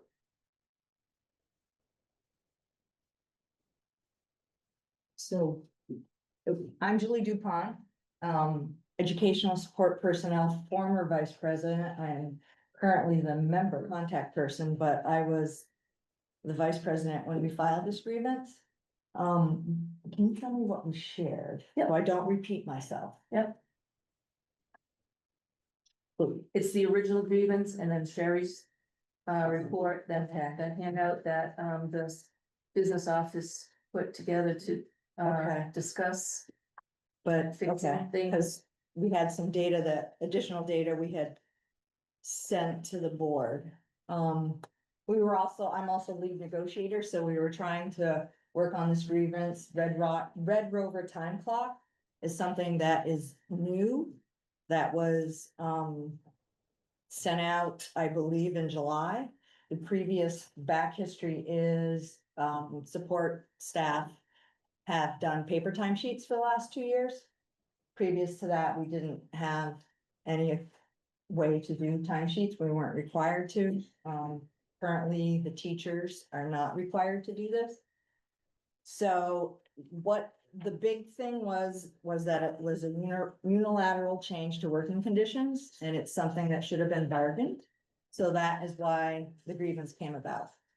And then we did that, and then it was denied.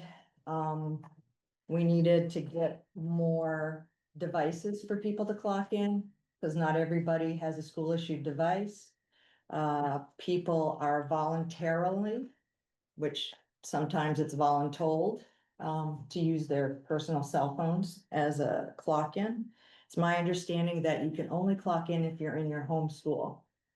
So somebody may have to correct me. So we have some people that still fill out timesheets because we have drivers, we have special transportation. Overtime has to be pre-approved, so they still have to do paper timesheets. So we also collected data from each of the schools, and we did share that. Yep, that's in there? That's in Okay. Okay, so that's in the document. And then during negotiations, we had a few more discussions, and then more data was presented, and I just want to share a couple more things. I believe this one was shared. And this is from somebody who has worked in the district for 25 years. And we feel it puts a lot of work if somebody forgets to clock in on our admin assistants. Whereas we did the paper timesheets, and yes, they collected them and then they sent them off. It isn't as flexible either for some of us that work either as a coach or if we get things before or after school. So I'm just gonna read a few notes that were some observations about Red Rover. So when someone forgets, and this is a 25-year employee, when someone forgets or needs to adjust a mistake, they create extra work. In our school, it would be for Heather Fernandez. Even using my phone to remind me to clock in or out, I frequently forget to use Red Rover. If phones are required to be locked in yonder pouches next year, which I support, this person support, I will no longer have a reminder to clock in or out. We didn't even touch on that about personal cell phones for staff not being able to use those. I prefer the paper logs over Red Rover. This allows me to correct my own mistakes without creating work for others. I wasn't very good at remembering to use the timesheets, but I could complete them without bothering my colleagues who are already very busy. I don't recall if a reason behind the switch to Red Rover timesheets was discussed with support staff. I worked in the district for 24 years without the need to clock in or out. So that was that. Then a few more things came up as we were reviewing some of the items for negotiations, separate bucket. But these were brought forward, and I had not shared these yet, because I just got these. Person is, what if I'm running errands for school? Before school, how do I clock in if I am not connected to the Wi-Fi? What if employees are not actually taking a lunch break? How will you know to pay them extra? Or how will you know that they clocked out 30 minutes early because they didn't have to take a lunch, not because they are skipping 30 minutes? All educational support staff in their contract are allotted a 30-minute lunch. And that's in the current bargaining agreement. Waste of time to have to do this at the start and end of the day. Often we are bombarded with a million things to do and students asking us questions. This is somebody who works actively in a classroom. And it is difficult to remember to clock in. Even more of a waste of time for the administrative assistants who have to fix our time clocks for us.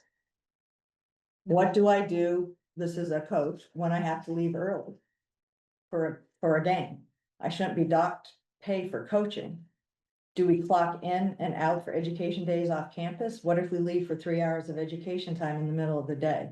If I work 20 minutes over, should I really be emailing my principal every time saying that I'm going to be leaving 20 minutes early? Or do I have to wait for a response? So those are some of the things, and the big thing is that it was a unilateral change in working conditions. And we wanted to bargain it, or what we requested was go back to the way we did it before. And there's a rounding issue too. And I'm not sure how the rounding works. I can just speak on what happens to me when I clock in. I usually get here, I'm usually one of the first people to get here anywhere between 6:30 and 6:45. So if I'm here at like 6:38, when I clock in, it says I'm here at 6:45. So then I'm gonna watch the clock and I'm gonna make sure I get my time in, so 2:45. So what has happened with those minutes from 6:38 to 2:45? So I'm donating time. That's the way I feel. And I'm not the expert on the software. And, we asked that it be, negotiated. And I think that we were using a time clock maybe to help facilitate information being inputted into payroll, but it wasn't anything that we sat and discussed. So I think those were the biggest points. And then the information you shared prior in the board package. Yeah, so we need to assert that this is a unilateral change in working conditions. You need to bargain, changes, or cease the practice. That's what we're asking. And I also I was reading our collective bargaining agreement. And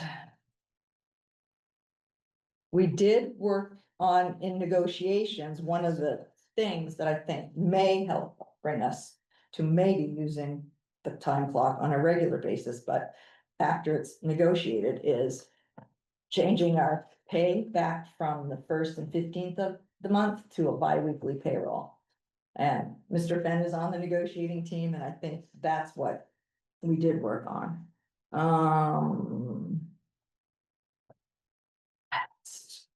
Bear with me while I find the page. I think it's right here.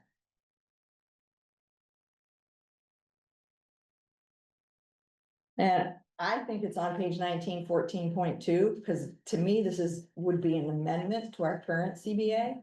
And it talks about, notwithstanding the above language, upon the written request of either the boards or the association, the parties agree to have their representatives meet during the terms of this. It's MA master agreement, but we have changed the terminology collective bargaining agreement for the purposes of discussing any possible amendments, deletions, or additions. So it felt like we were presented this information without any input. And so that's why we filed the grievance. We did work with all the schools and with RAF to make sure there were at least a few kiosks, like iPads set up so people could access it. But not everybody has a school issued device, and not everybody has access, so they are using their personal devices. But the biggest thing was, it wasn't, it was a unilateral change in working conditions, and it wasn't negotiated. I think that's it. So I'll invite the board to ask questions. Unless something you didn't Yeah, understand. Selena, does she have anything else to add? Go ahead, Selena. So one issue that I have seen with Red Rover is, for instance, today I wasn't feeling well, so I needed to leave a little bit early. But because it wasn't more than 1 hour prior to me clocking out, I was not able to put it in as sick time. So tomorrow when I get there, I'll have to fill out a timesheet correction form. And Joe's on vacation, so it's either going to wait until he gets back to get corrected, or my administrative secretary will have to fix it. So yeah, on that one sheet of talking to people as they started to use it this fall, the biggest thing that struck me was something about low morale. Low morale of ESP, more work for admin assistants. That was a repetitive comment.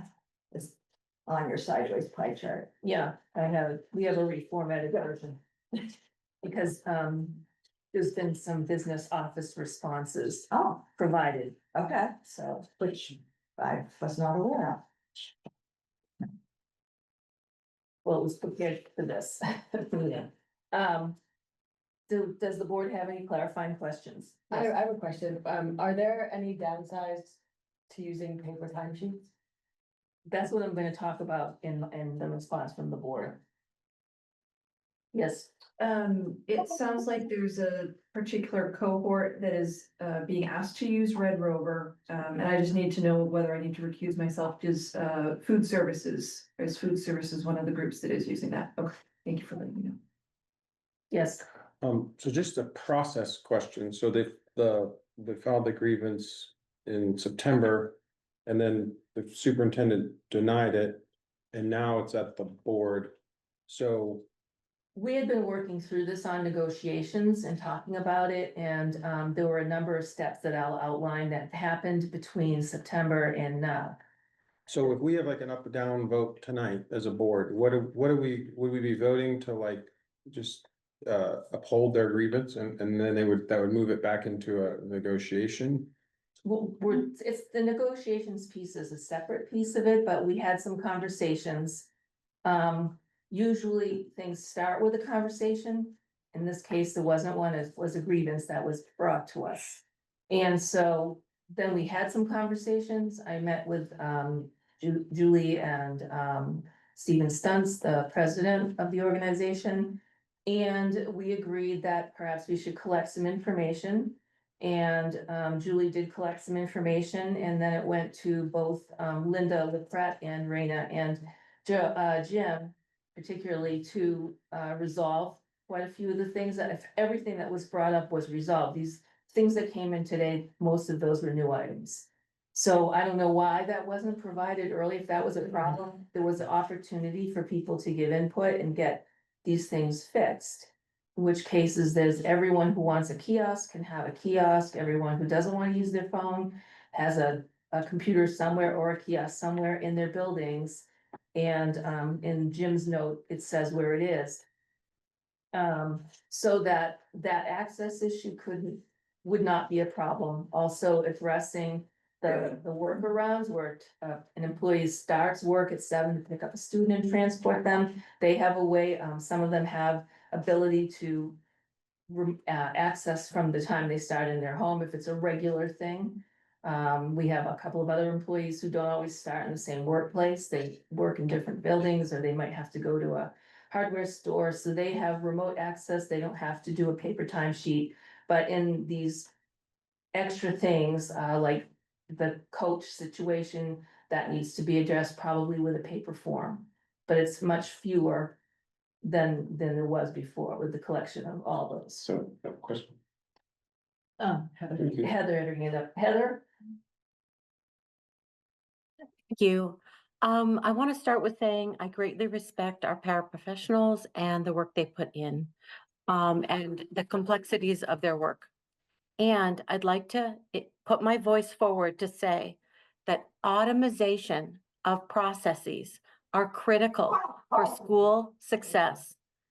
So saying this is a substantive change in work environment would be akin to saying asking teachers to go from a paper grade book to a digital grade book could be grievable, or going from having attendance be on paper to attendance being on software being grievable.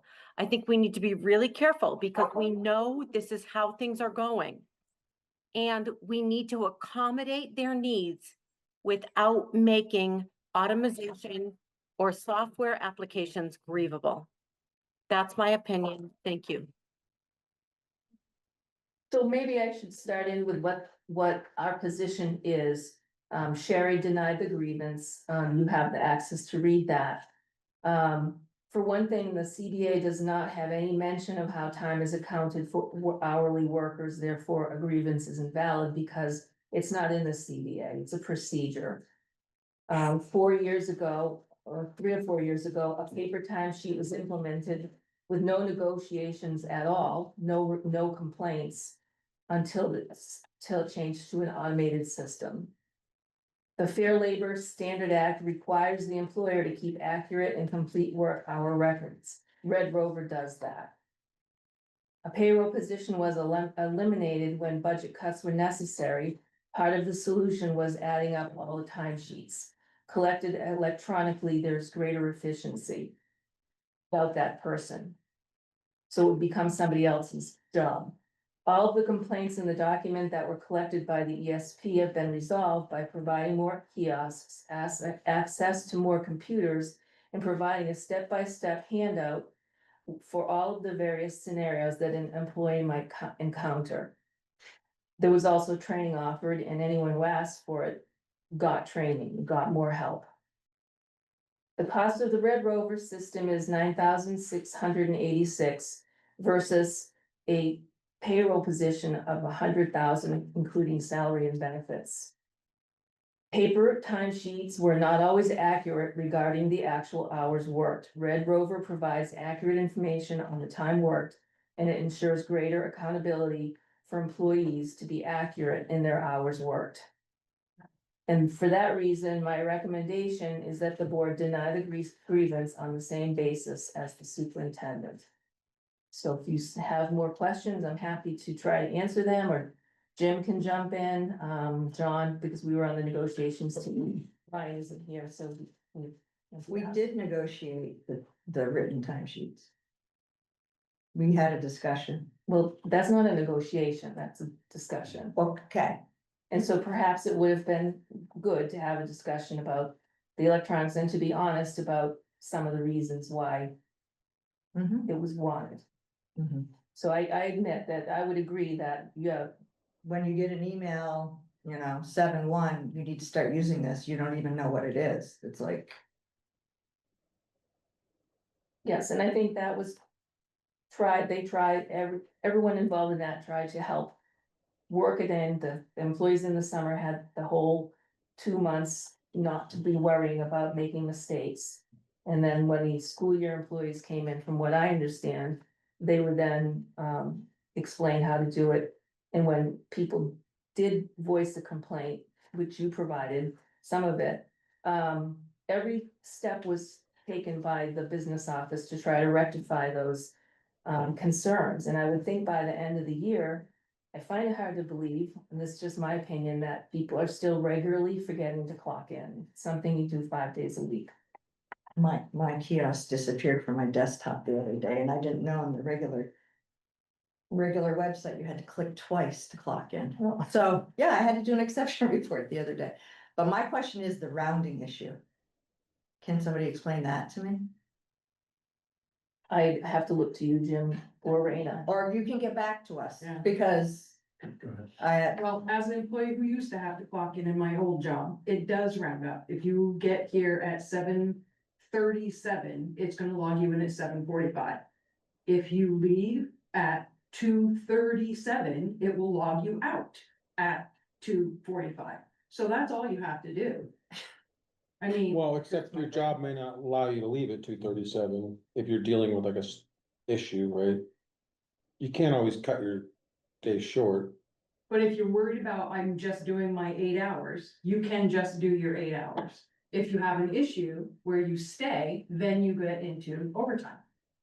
You have to have You can clock pre-approved out overtime. at any time past that, but if you want to, if you're worried about rounding, you just, on the other end of the day, log out at the same time to get your rounded number. So we use the federally approved quarter hour process of rounding. So first 7 minutes rounds backwards, from that point on, it rounds forward. So if you I'm gonna correct you, if you log in at 7:37, it rounds you to 7:30. If you log in at 7:38, it rounds you to 7:45. I can say the dynamics around that rounding as an employee of Dartmouth Health, I'm very intimately aware of it. And I hear you, and also it is common practice to have these rounding practices with clock-ins, with electronic clock-ins.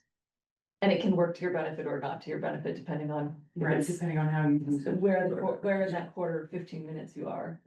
My integrity is my integrity. Bob? Yeah, I'd like to know what basis is being used, either contractual, legal, or otherwise, to construe a procedural method of keeping track of time as having the slightest thing to do with a working condition. What basis are you using there to define it as a working condition? We didn't do timesheets at all, and then we started doing timesheets, and then they changed to electronic. So, without discussing it. So that's what we. Right, I think that it's the definition of a working conditions. I think our view is that it's a procedure. It's not a working condition. It's not changing your hours or changing your vacation time. And that is also the opinion of the school lawyer, because we did consult with her as well. I wouldn't deny a grievance if I hadn't heard what her view was to the chair. Okay. Thank you. Thank you for Yeah. coming out. So I guess, are there other people from the board that would like to make a comment? Well, I guess I'll just ask, so a lot of the technical issues that were described, like. You go to log your hours, but you've already left the campus to go support a sporting event, and they should be getting paid for that, but. Sounds like you have to be connected to like the campus No, Wi-Fi. you would put in I forget what, an exception note the next day, or even before you leave, to say you actually did. You were excused to leave, so that's an approved reason. So if that happens, it's not being denied the time. There's a process to accommodate if there's a variation in the daily schedule. Well, I guess it's in both, the administration's interest, and it would serve the employees better to like continue to fix the bugs and streamline it, because it is part of their working condition if they are spending time every day trying to fix an app or file new paperwork and get approvals. That's time they're not actually doing their jobs, right? So it's in our interest to make this as streamlined as possible and keep fixing app. And timesheet apps are notoriously bad. I've seen so many that are sold to companies as this miracle timesheet app, and they're really, really not good to work with. So I personally am gonna support the administration's position, the board's position to deny the grievance, but I just wanna know that we're really going to try to fix this tool so that it's not a complete pain in their necks every Well, day. as I said, Matt, every single thing that was brought to the business office or through the grievance process was addressed.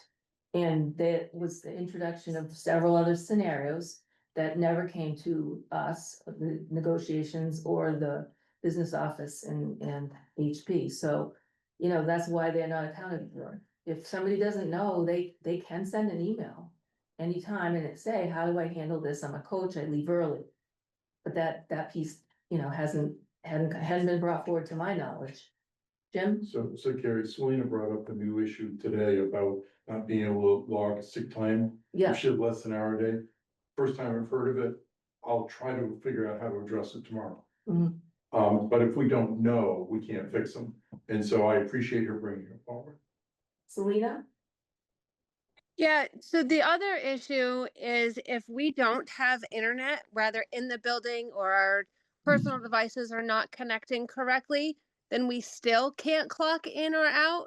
So if there's no internet, which Prosper loses quite a bit, then I don't have 12 people at Prosper who need to use this, but at the high school there could be. That's an awful lot extra work for somebody, whether it's in HR or payroll or Heather, Scarlett in my instance. So if the internet's not working, we still cannot clock in or out. Thank you, that's good to know. And I think we'll take that information back and figure out a system for that. Right now, it's the admin assistants who are collecting or who are filing those forms, I know that. Thank you.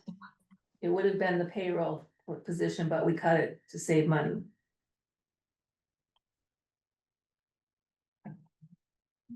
Are we ready to vote? All right, I'm gonna ask, everyone who's on screen to please show your hand if you agree, and if you don't agree, you can show your hand that way. So we don't have to do another roll call unless there's a nay. Thank you. Is there a motion to, either, deny or uphold the grievance? I'll make a motion to deny the grievance. Second. Thank you for the second. And if you say aye, you are agreeing to deny the grievance. If you say nay, you are agreeing to uphold the grievance. All those in favor of denying the grievance, please say aye. Aye. Aye.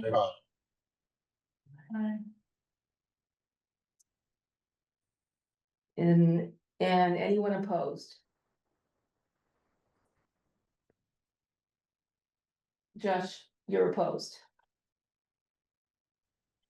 Yes.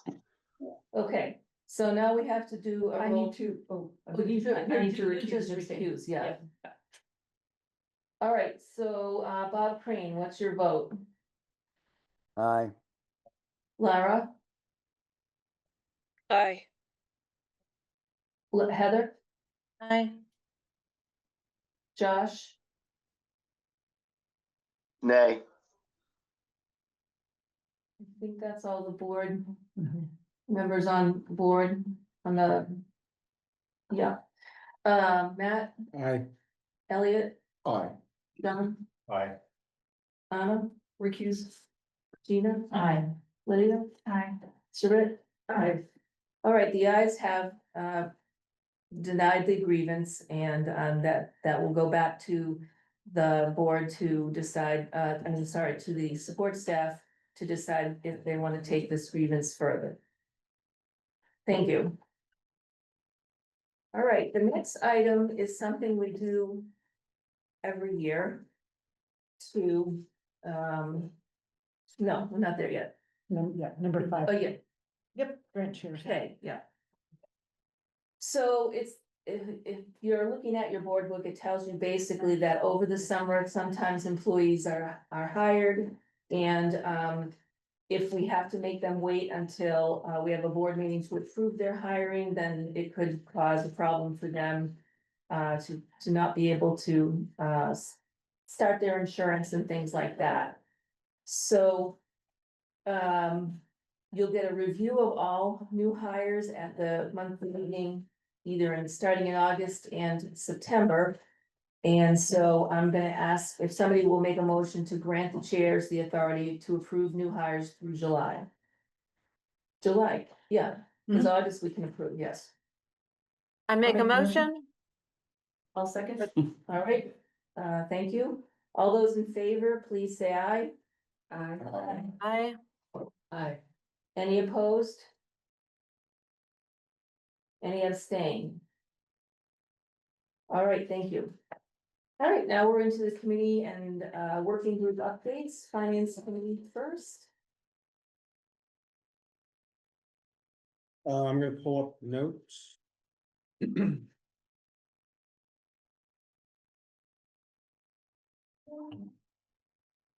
So we did meet and we talked about a number of things we've already talked about tonight, including the state legislation, the PCBs in the school. We also talked about the passage of the yield bill and so I think we just want all members of the board to understand that with the passage of that bill, there's good news that the actual tax rates in towns will go down and we will be able to say exactly how much more they're gonna go down when the CLAs are finalized in August. But the thing that's gonna make our job quite a bit harder is that the state put in, I think 117 million, 14 million, something like that, towards education, so less is coming from taxpayers.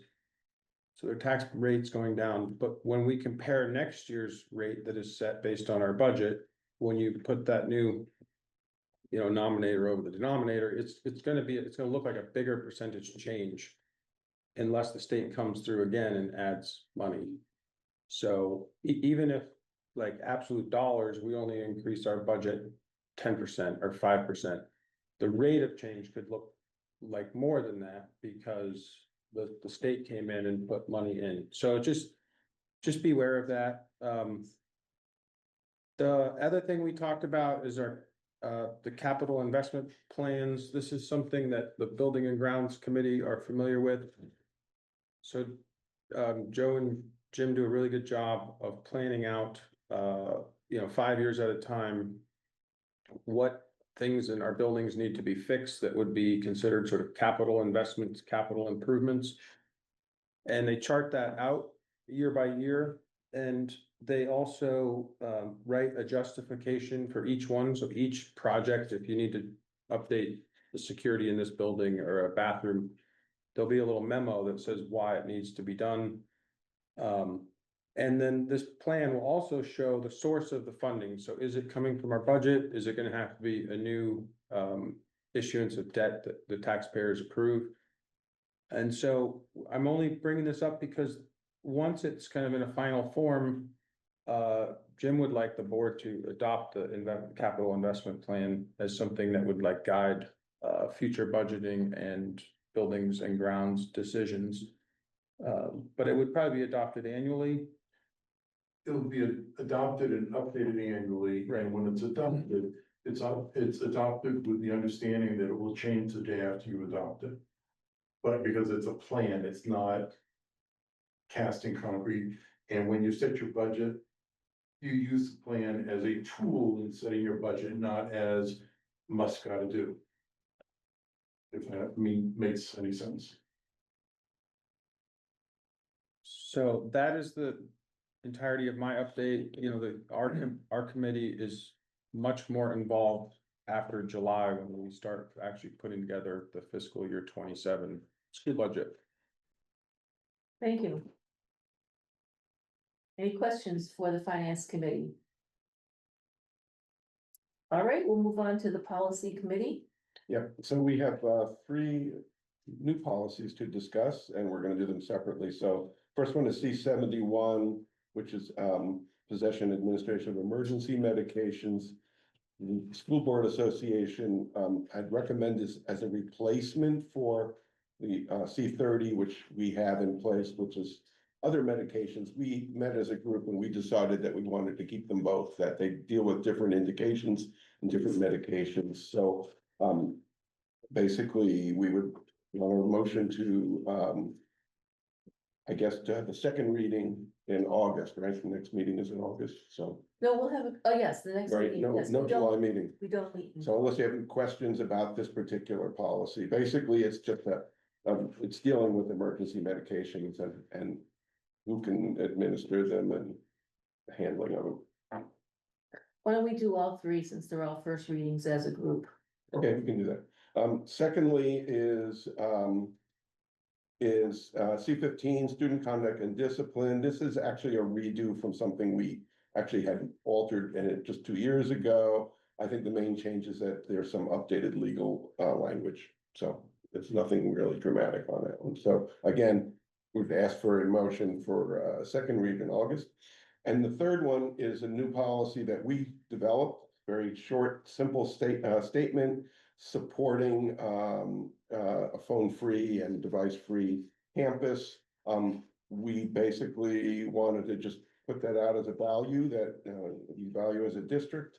All the basically procedures and all that will be as part of implementation, and that would be developed by the district. The importance of this was just to make a public facing policy that people can easily find. And again, if it is passed by the legislation, it's certainly in the spirit of the legislation that's been talked about tonight. So, and that also, we would ask for a second reading in August, all 3 of these, so. Any questions for the policy committee? I had a comment. I thought it was a short and sweet policy. Yeah. But we did start listing very specifically what would be included, like Bluetooth headsets are not allowed and, smart watches. And so if we're gonna start listing devices, do we have to make sure we capture everything? Cause like where would would this iPad fall in? And like, where, you know, Well, I think it'll be under procedures. I think enough things are used for education and they fit under Chromebooks and iPads and things like that, that. smart glasses? Yeah, like, No. seriously, No. Smart glasses, Bluetooth, phone, watches, personal devices Right, that distract one in the hallways and at lunch and prohibit. right.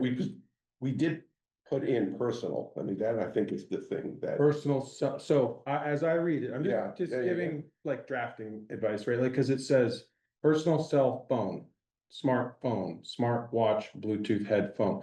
So you're starting to create a list that sounds exhaustive, but if you don't want it to be exhaustive, then you have to say something like, but not limited to. You know what I mean? So capture everything. Or you're gonna get more exhaustive and capture iPads and smart glasses and like Whatever smart they think of shoes, next. whatever it is next, like. Flat screen TVs. No. Yeah. I don't know, I was just, that's the But only, not limited to, that's the language that. that's something good. like that, Including. including but not limited to, you know, personal devices rather than just personal cell phone. Cause if you say devices, you know what I mean? Yeah, that's fine. Well, this is why we're having a second reading, so I'm taking notes. take notes and we'll bring it back. That's fine. Right, because we have no idea what's gonna be around even next Yeah. year. But Aaron, we wrote this with Aaron and he asked us for the policy, but it was time for the board to back him up with That's right. this, so And he's got quite a procedure, that's what I Right. saw drafted. No, that's, I point to take. And then it does. yeah, so, include all no, those but things. the language is very important, so thank you. Yeah. All right, so, I guess, you know, we're still, we're asking for, you know, a second read and we will take this back to the committee for, you know, to make revisions before that. That's fine. With more board member input. Oh, I was just gonna say, I maybe wouldn't say like personal device, just device in general, because again, you know, two people are watching a flat screen TV and it's. I'm just like looking for all the loopholes there, and I know what I would find. I mean, there's gonna be loopholes, there's always gonna be loopholes, there's always gonna be rebels, there's always, you know, the point. Well, of we, all this is again, we don't want it so but that all- no electronic devices To can be encourage used for social- education. Can we have one person talk? I'm sorry. The point, you know, there's always gonna be loopholes and kids who are gonna try to cut you these pouches and go all and rebel, and I think that the point of all this is really just to encourage social, you know, socialization. They're gonna have Chromebooks, you have emails on them, they have iPads in the art room, they exist, it's not like we're like Luddites. The point is that you're not like this, walking down the hallway and running into, you know, the other person who doesn't see you, or like not talking to each other at lunch. Is there a motion? So would someone like to move the three policies to a second reading? I make the motion. One second. All in favor, please say aye. Any opposed? Any opposed? Any abstentions? All right, thank you. What was that? Can I oppose to one? They're listed as all three, so Yeah, can I oppose to the Uh, last one?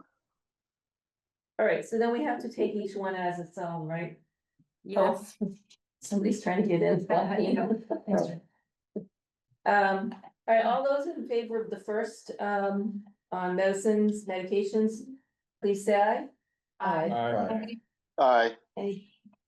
All right, anybody opposed? Anybody abstaining? All right, C15, student conduct and discipline. Do we have some ayes? Aye. Oh, Aye. Do Aye. we have anyone opposed? And do we have anyone abstaining? All right, the cell phone policy and related technology policy. Aye. Aye. Thank you. Any opposed? Aye. Any abstains? All right, all three are moved to a second reading. No, I think, He was saying, he agreed with them. He disagreed with the cell phone. Correct.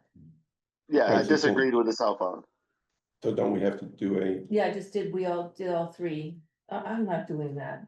So the roll call, the same as the last one. okay, You didn't hear that over there. Okay. I hope the Anyway. agenda police aren't watching tonight. and we'll bring it back in 2 weeks and change. Okay, does buildings and ground have an update? Katie's not here. No, it's not. I can read the minutes, you know, and I can just say. So we had just a couple of things to talk about. The one piece of good news is that we finally got, we think, the last variance that we needed to do the elevator at Wes. So now we just have to get a timeline going and that can move forward. And then the other thing that we talked about was the PCB, and our committee decided that we weren't going to make a recommendation and we were going to put it onto the board. And now the board is telling us that it's going to have to happen in our committee. So I guess we're going to have to go back and do that. I personally would like to hear a little more about this idea of community input. Is our committee supposed to figure out how that's going to happen, or is somebody else going to do that? Like, how do you see this going forward? I'm happy to set that in motion. I'll be at your meeting, Lara. Okay. Wow. Okay, our meeting's actually garnering like attention and celebrity. I might attend it as well. Unless Elliot doesn't have to, he has a quorum. But yeah, that was basically it this past meeting. All right, thank you. Negotiations with, I think we've set a date for mediation, with the ESP for the CBA, which will be June 16th. thank you. I don't think there are any other working group updates today. All right, great. Sorry, Carrie, can I talk about the community engagement group or not this time? Well, yeah, we just need to find a date, so, to have a meeting. But not about the PCB, about the school, but just about the school build and asking about that one pager that Mr. Public sent today. Oh, I hadn't even got it yet, but, yeah, go ahead, we'll talk about it. You know, just I touched on it a little bit before, that we're in grave danger of losing our school, and I don't think a lot of the greater community realizes this, and so I've been talking with some community members who you know, we were very vocal about the UA, and now we're up against something. It's of a huge magnitude that makes UA seem like child's play, and I'm personally very worried, and a lot of other community members are, and so. As a member of this community engagement committee that we formed a couple months ago, but we haven't met yet, so I'd like to spearhead meeting, because I think that the community is looking for information from the board about about strategy and where do we go from here? So there's been kind of a rough working draft of a one pager to kind of outline the risks that the community has if we lose the school. So I just want to just vocalize this, that I'm working on this draft, and I'll share it with the board and with everybody, and you know, to make like a document that's really succinct and educational. And I know that time is of the essence, so I just wanted to bring this up. Yeah, and we'll talk about a date, getting a date together. Yeah, my other question was did we talk about who's going to replace Ernie? No, not yet, but possibly Gina might be interested. I am interested. She has a strong public relations background. But you've come in from Reading, so. Yeah, but she's the Reading representative to the board, so she could certainly be.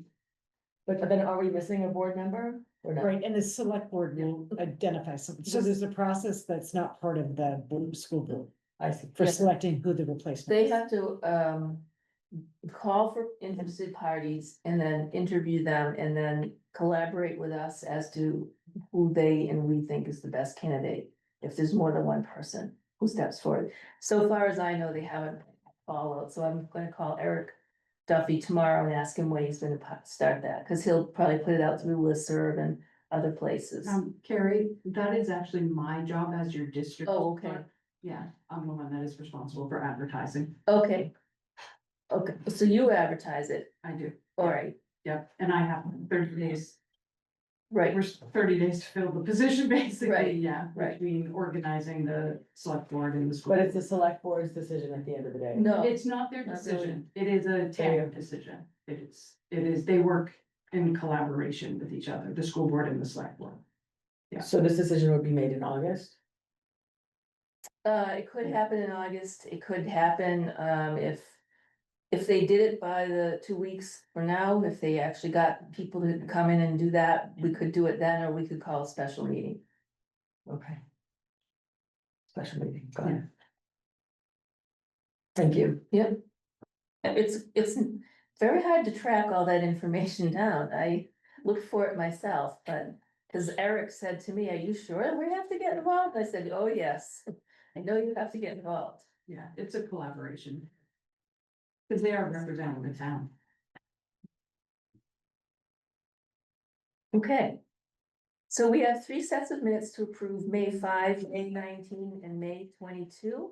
Can we do those as a group? I hope so. Is there a motion to approve the minutes? I'll make a motion to approve all 3 sets of minutes. And I will second that. Thank you. All in favor, say aye. Aye. Aye. Any opposed? Any abstentions? Thank you. All right, at this time, we have another opportunity for public comments, so if anyone in the public would like to make a comment, you're welcome to do that now. Anyone on the screen? Sarah? Yes, thank you. As a resident of Reading, I'm still confused about the committee that you were just speaking about the Community Engagement Committee. Is this a committee only of school board members, or are you also including folks who are not members of the board in this process? Yes, members of the public will be invited to be on the committee, and it's a working group, so it's not an official committee, so you would have full voice at the table to talk, and we would like to find citizens from all the towns, preferably, to add their voice to that committee. It's an opportunity for concerns and successes and ideas to bring to that group, to engage, similar to the what's happened in Barnard with their teachers and community, something like that. So it's a branch of the communications / community engagement group. They're kind of gonna work hand in hand on that.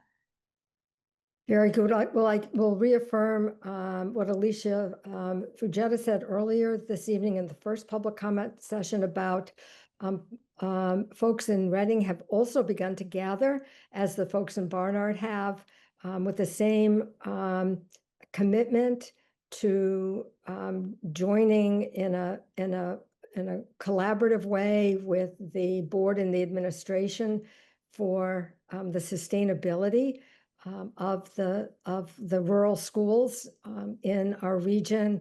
And so we do have a number of folks who could potentially be interested in being part of this committee, and just knowing who to stay in touch with and how and when would be helpful. And with our new representative, Gina McAllister, perhaps that might be a contact point for us. Great. If I can just chime in before Lisa, there's a difference. So a lot of the Reading community has heard me talk about the CEWG, the Configuration and Enrollment Work Group. This is separate from the Community Engagement Group.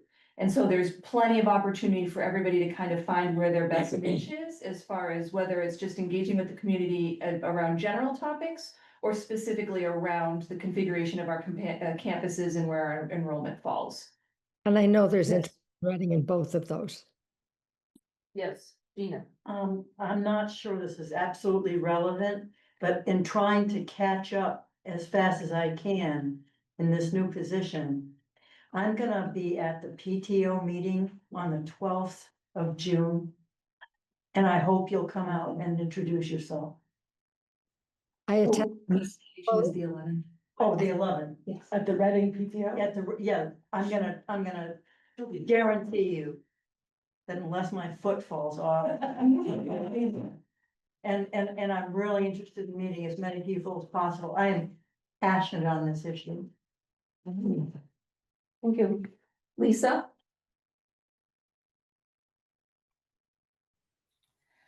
So my name is Lisa Linton. I'm a resident of Woodstock, and I have a grandchild that is in the middle school. And I just have two comments I'd like to make about the cell phone ban.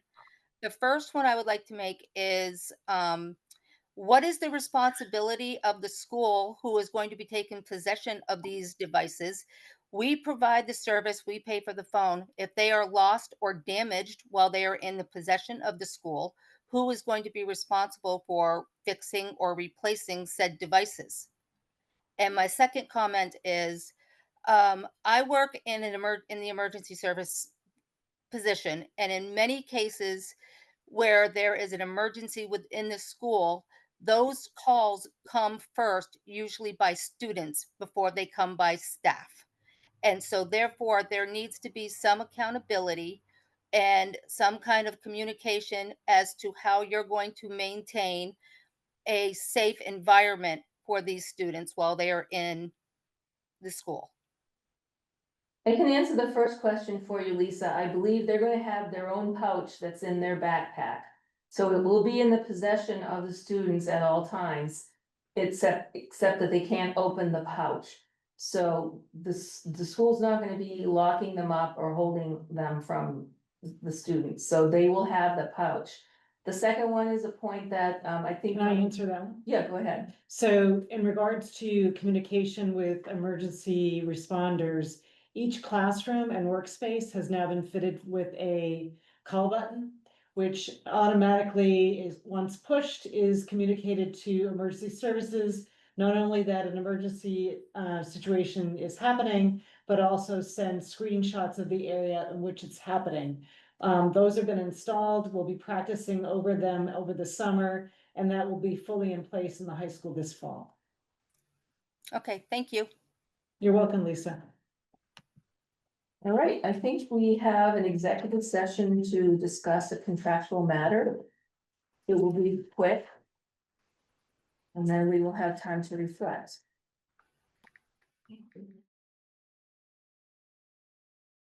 Oh, We're here in executive session.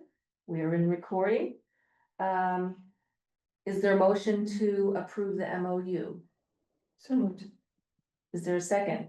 Second. Thank you. All in favor, please say aye. Aye. Any, Lara's at an aye?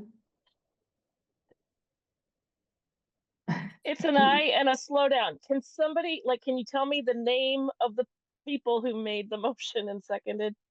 Oh, yes, Anna made it and Gina seconded. Thank you. Any opposed? Any abstentions? I abstain. I'm abstain. Okay, 3, and we have 1, 2, 3, okay, well, the vote carries. So we're all set there, thank you. And finally, we now have an opportunity to evaluate and implement recommendations for improvement. Anybody have a comment to make? It's pretty amazing that we went through that agenda in 3 hours. So thank you all for your patience, allowing people to present, share their work, and being so supportive. There was a lot of presentations, recognition of the Julie Brown work. So I just want to thank you. When we put that agenda together, we knew it was a lot, but it was important to show the progress in the strategic plan goals. So thank you all. All right, thank you all. And is there a motion to adjourn? So moved. Second. All in favor, say aye. Aye. Any Thank you. abstentions? Good night. Any opposed?